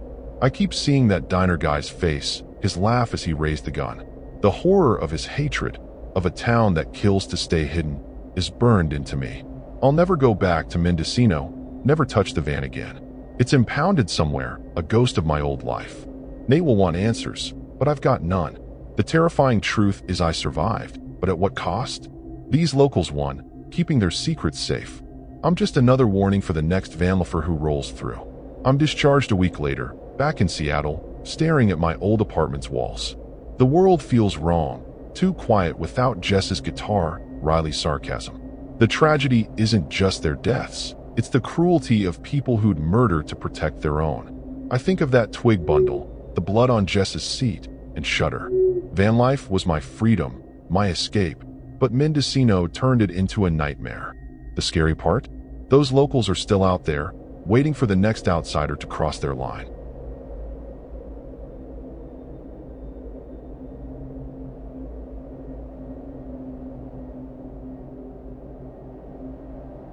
I'm parked in a shadowy pullout off a winding dirt road, the redwoods of Mendocino County looming like silent giants. I'm Lucas Bennett, 31 years old, from Boise, Idaho. Been living in this Dodge Ram van for 3 years, chasing open skies and quiet nights. Tonight, though, the quiet's too heavy, like the forest holding its breath. My van's decked out, with paneling, a fold-out bed, a little stove, but right now, it feels like a tin can in the middle of nowhere. I wanted a break from the grind, but this spot's got a creepy edge, like I'm not supposed to be here. Yesterday, I rolled into a tiny town called Willits to stock up. The market was cramped, shelves half empty, and the cashier, a guy named Carl with a patchy beard, gave me the side eye. I grabbed some jerky and a six-pack, trying to be friendly. Camping nearby, I said, nodding at my van outside. Carl just grunted, his eyes on my Idaho plates. "Better watch yourself out there," he muttered, handing me my change. I laughed it off, but his tone was off, like he knew something I didn't. Locals here don't seem to roll out the welcome mat for van lifers. I'm sprawled on my bed, scrolling through a downloaded playlist since there's no signal out here. My lantern's flickering, casting jittery shadows on the walls. I think about my friend Owen, who's supposed to meet me tomorrow. He's 34, a carpenter from Santa Cruz, always dragging his buddy Sam along. Sam's 29, a surfer with a loud laugh and zero filter. They're good company, but right now, it's just me and this eerie forest. The horror of being so isolated creeps in, like the trees are whispering about me. I double-check the van's locks, a habit from too many nights in sketchy lots. The back door's solid, but the driver's side window sticks sometimes. I peer out, seeing nothing but darkness and the faint outline of a trail leading into the woods. My cooler's stocked, my stove's ready, but I'm jumpy. I think about Boise, my old construction job, where the worst thing was a late paycheck. Out here, the stakes feel higher, more disturbing. I slide my crowbar under the bed, close enough to grab if I need it. Earlier, I stopped at a gas station outside Willits. A couple of guys in a black pickup were parked nearby, staring as I filled up. One had a hunting rifle slung over his shoulder, casual but menacing. "Nice rig," he said, but his smirk felt wrong, like he was sizing me up. I nodded and got out of there, my gut twisting. I've heard stories about small towns where outsiders get trouble, broken windows, slashed tires.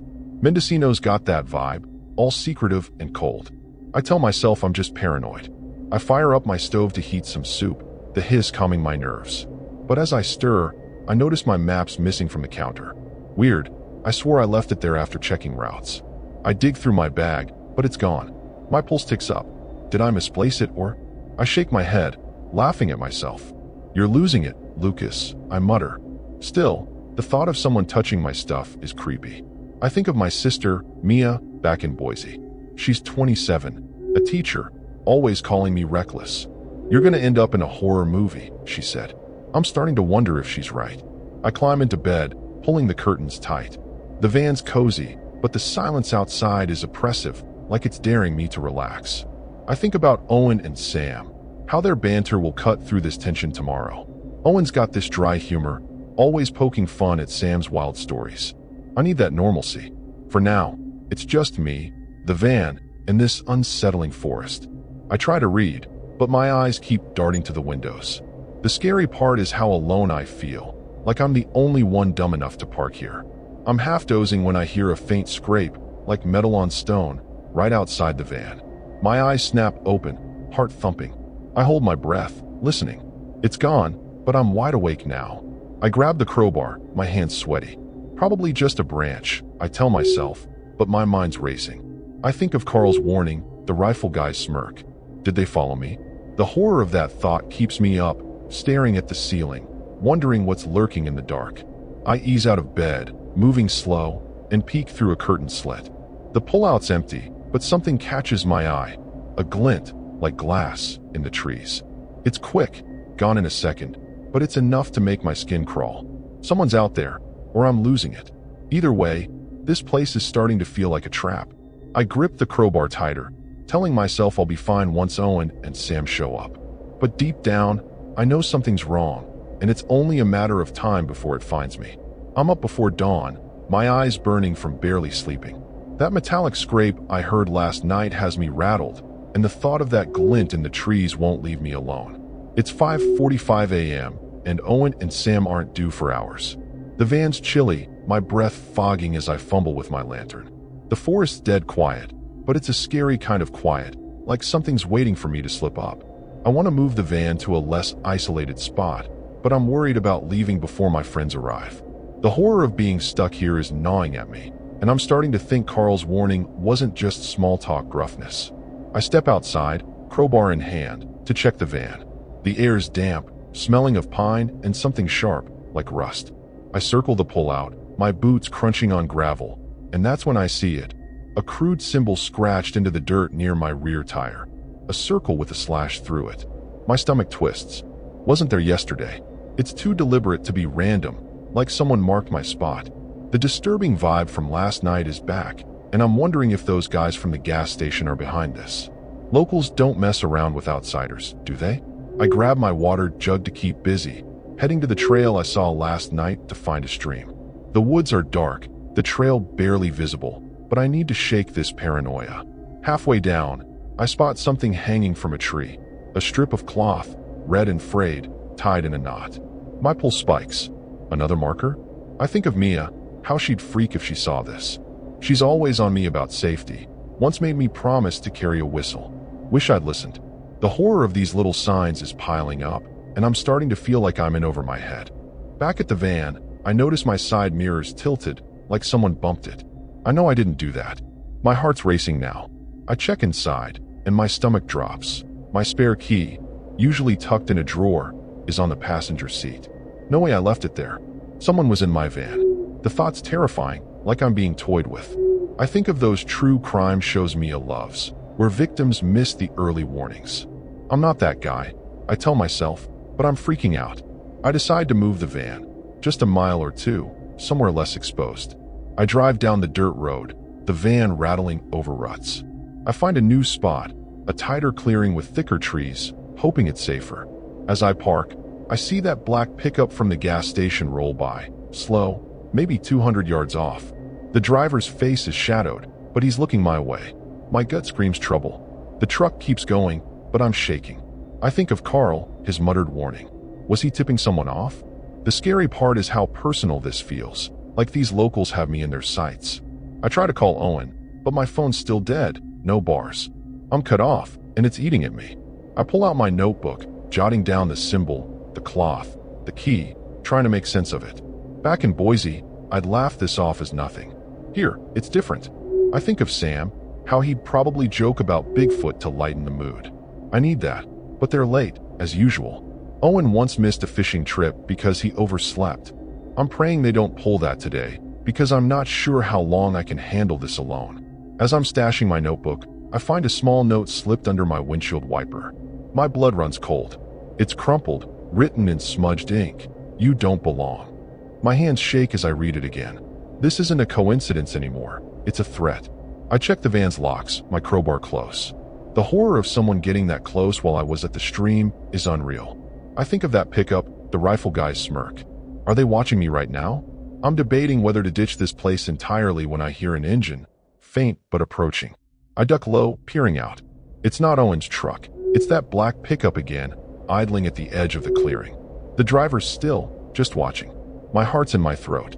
I think of Mia's horror movie jab, how I'm living it now. I want to start the van and peel out, but what if they follow? What if they've got friends? The disturbing truth is I'm alone, and these locals aren't just unfriendly, they're dangerous. The pickup lingers, then pulls away, but I know they'll be back. By noon, Owen and Sam are still a no-show. I'm pacing, the note crumpled in my pocket, the scratched symbol burned into my mind. Then I hear it, a low hum, like a chainsaw, coming from the woods. It's not natural, not random. My nerves are shot. I grab my crowbar, ready to defend myself, but the hum stops, replaced by a sharp whistle, human and deliberate. Someone's out there, and they're making sure I know it. This is no longer just a bad vibe. It's a warning, and I'm running out of time. The whistle slices through the silence again, closer now, maybe 20 yards into the trees. I'm crouched in the van, crowbar gripped tight, my heart pounding like a drum. It's 1:30 p.m., and Owen and Sam are still missing. The note, "You don't belong," is burning a hole in my pocket, and that chainsaw hum from earlier has me on edge. This isn't just a creepy coincidence anymore. It's a deliberate, scary threat. The horror of being targeted in this nowhere forest is sinking in, and I'm kicking myself for not listening to Mia's warnings. I lock the doors, but the van feels like a trap, not a safe haven. I peek through the curtain, my breath fogging the glass. The clearing's empty, but the trees seem to lean in, hiding something. The whistle stops, then starts again, slower, like whoever's out there is enjoying this. My mind flashes to that black pickup, the rifle guy's smirk at the gas station. Is he behind this? I think of Carl's cryptic warning, "Watch yourself." Was he setting me up? The disturbing reality hits. These locals aren't just unfriendly, they're out for blood. I grab my phone, praying for a signal, but it's dead, like always. A loud thud rocks the van, something heavy slamming the rear door. I yelp, dropping the crowbar. My hands scramble to pick it up as I scan the windows. Nothing's visible, but I hear laughter, low, guttural, human. My stomach churns. This is no animal, no prank. I think of Mia, how she'd lose it if she knew I was cornered like this. Back in Boise, I'd watch survival shows, thinking I'd be the guy who stays calm. Now, I'm shaking, the terror so thick I can barely breathe. Another thud, this time against the side, and the van sways. I crawl to the driver's seat, keys shaking in my hand. I'm done waiting for Owen, but as I reach for the ignition, I see it, a figure at the edge of the clearing, tall, in a dark jacket, holding what looks like a tire iron. He's just standing there, staring. My blood runs cold. The horror of his stillness is worse than if he'd charged. I think of Sam, how his loud mouth might have lightened this moment. But it's just me, and this guy's not alone. I hear more voices now, circling the van like wolves. The figure steps forward, and I catch his face, scarred, eyes hard. Not the gas station guy, but just as menacing. He taps the tire iron against his palm, deliberate, like he's savoring this. My mind races, start the van or stay quiet. I've seen movies where running makes it worse, but staying feels like suicide. The voices are clearer now, maybe 3 guys, talking about the van guy and tonight. The scary part is how calm they sound, like this is routine. I think of that scratch symbol, the red cloth. They've been planning this. I start the engine, the roar loud enough to drown my heartbeat. The guy with the tire iron doesn't flinch, just grins. I shift into gear, ready to floor it, when a rock smashes through the passenger window. Glass sprays, and I duck, swearing. Laughter erupts outside, and another rock hits, denting the hood. The horror of being boxed in is crushing. I think of Owen, probably driving right into this mess. He's got no clue what's waiting. I hit the gas, the van lurching forward, aiming for the dirt road. The tire iron guy jumps back, but I hear boots pounding behind me. In the mirror, I see two more figures, one with a flashlight, another with a bat. My pulse is through the roof. The van bounces over ruts, branches scraping the sides. I'm praying for the highway, but the road's a maze, and I'm no tracker. I think of those survival shows again. Stay calm, keep moving. But this isn't TV. The terrifying truth is these locals know this forest, and I don't. The pickup's engine roars somewhere behind me, closing in fast. I swerve around a bend, and that's when I see Owen's truck parked off the road, its front end smashed into a tree. My heart sinks. The driver's doors open, no one inside. Did they crash? Were they ambushed? The horror of losing my friends before I even find them is gut-wrenching. I slow down, torn between stopping and speeding past. The pickup's headlights flare in my mirror, and I hear a shout. He's here.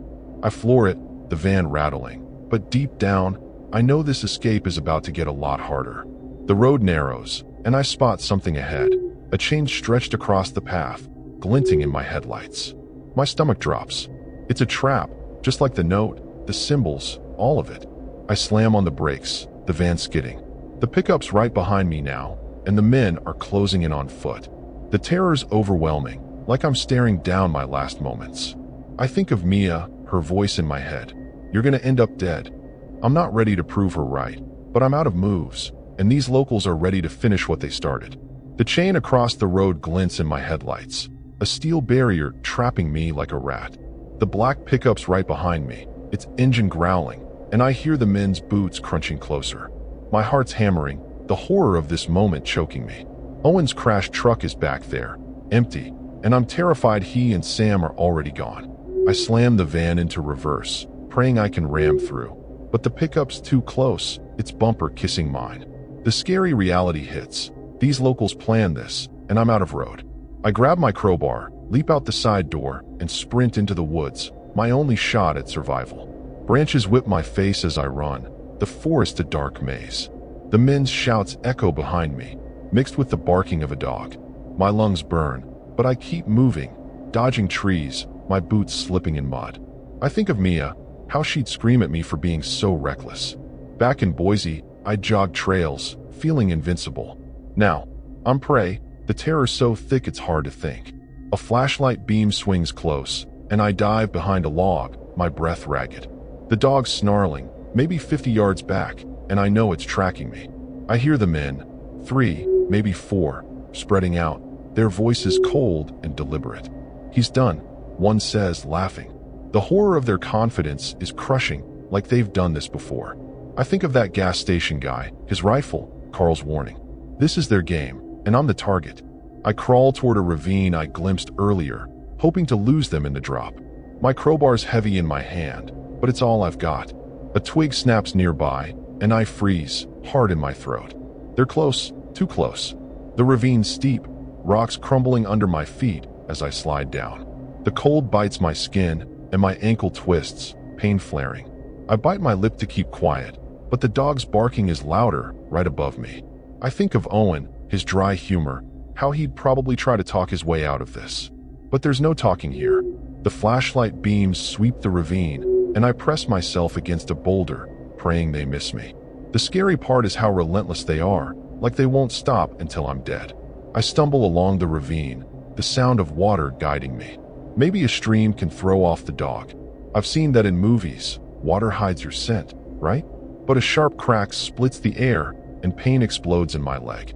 I scream, collapsing. Something hit me, a slingshot, maybe a rock. Blood seeps through my jeans, warm and sticky. The men laugh, their voices echoing. The horror of being toyed with is unbearable. I drag myself forward, the crowbar slipping from my grip. I'm not giving up, but my body's failing. Through the trees, I spot headlights, not the pickup, but Owen's truck, moving slow on a parallel road. Hope surges. Are they alive? I try to shout, but my voice is a rasp. The dog's closer, its growl vibrating in my chest. I throw a rock to distract it, and it works. The barking shifts. I limp toward the headlights, every step agony. The men's voices are fainter, but I hear the pickup's engine again, circling. The terror's relentless, like I'm running from death itself. I'm almost to the road when I see Owen, staggering, blood on his face. Owen, I hiss, waving. He spots me, eyes wide, and limps over, Sam trailing behind, clutching his arm. They jumped us. Owen mutters, his voice shaky. Smashed the truck. The horror of their story matches mine. These locals hit them first, now they're after me. We huddle behind a tree, the pickup's headlights sweeping close. Sam's panting, his usual bravado gone. I think of Mia, how she'd never forgive me if I don't make it. We've got to move, but my leg's useless, and the men are closing in. A gunshot rings out, and Sam jerks, blood spraying from his shoulder. He screams, falling. Owen grabs him, dragging him toward the truck. I'm frozen, the terror overwhelming. The dog's back, leaping at me, and I swing my arm, catching its jaw. It yelps, but the men are here, flashlights blinding. One's got a bat, another the rifle. I think of Carl, his grunt at the market. Was he part of this? Owen's yelling, run, but I can't leave Sam. The pickup screeches up, and I know we're out of time. I haul Sam up, his weight crushing my bad leg, and we stumble to the truck. Owen's already in the driver's seat, engine roaring. The men charge, the bat guy swinging at me. I duck, pain exploding in my ribs. We pile into the truck, Sam bleeding out in the back. Owen floors it, the truck fishtailing. The pickup's right behind, ramming us. The horror of this chase is suffocating, like we're in a nightmare with no end. I think of my van, abandoned back there, my home for years. It's gone, and we might be next.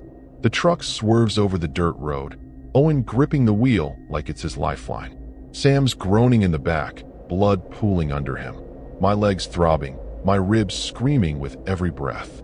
The black pickup's on our tail, its headlights flooding the cab. The horror of this chase is unreal, like we're animals running from hunters. I think of that scratched symbol, the note. Those locals wanted us gone from the start. Owen's cursing, his face pale, a gash on his forehead dripping blood. We're not out of this, not even close. The pickup rams us again, metal crunching. The truck lurches, and I grab the dash, pain shooting through my ribs. Sam's voice is weak, begging us to keep going. I think of Mia, how she'll never know what happened if we don't make it. The highway's close. I see a sign for 101, but the pickup's relentless. A gunshot cracks, and the rear window shatters. Owen swears, ducking. The terrifying truth hits. These locals aren't stopping until we're dead. I fumble for my crowbar, but it's back in the woods, useless.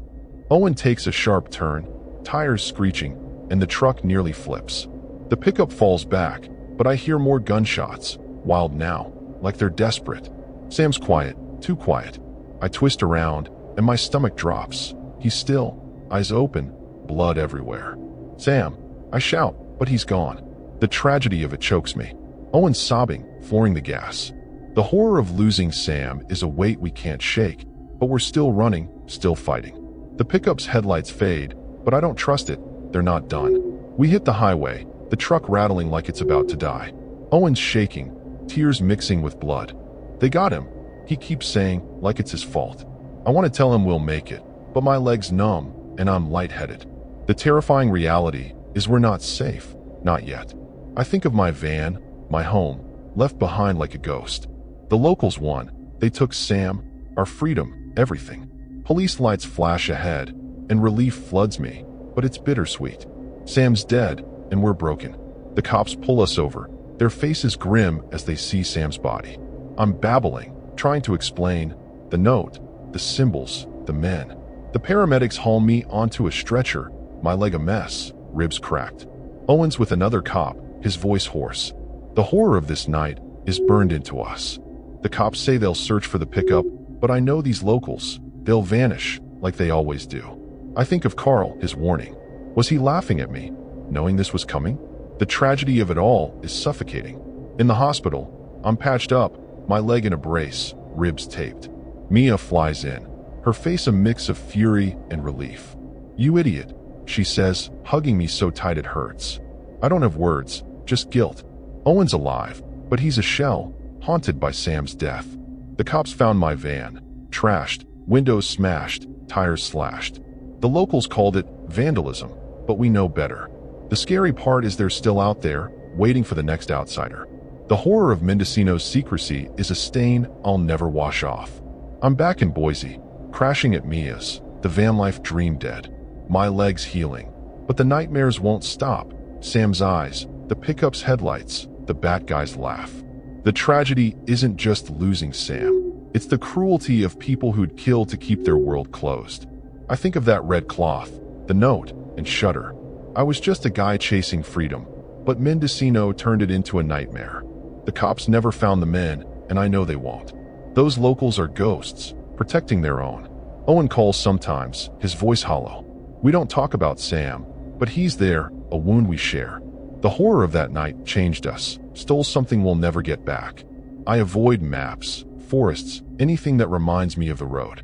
Mia watches me like I'll break, and maybe I will. The terrifying truth is I survived, but at what cost? Mendocino's a warning etched in my bones. Don't trust small towns, don't stop where you're not wanted. The locals won, and I'm just a story now. I burned the note, but it doesn't help. The words, "you don't belong," are seared into me.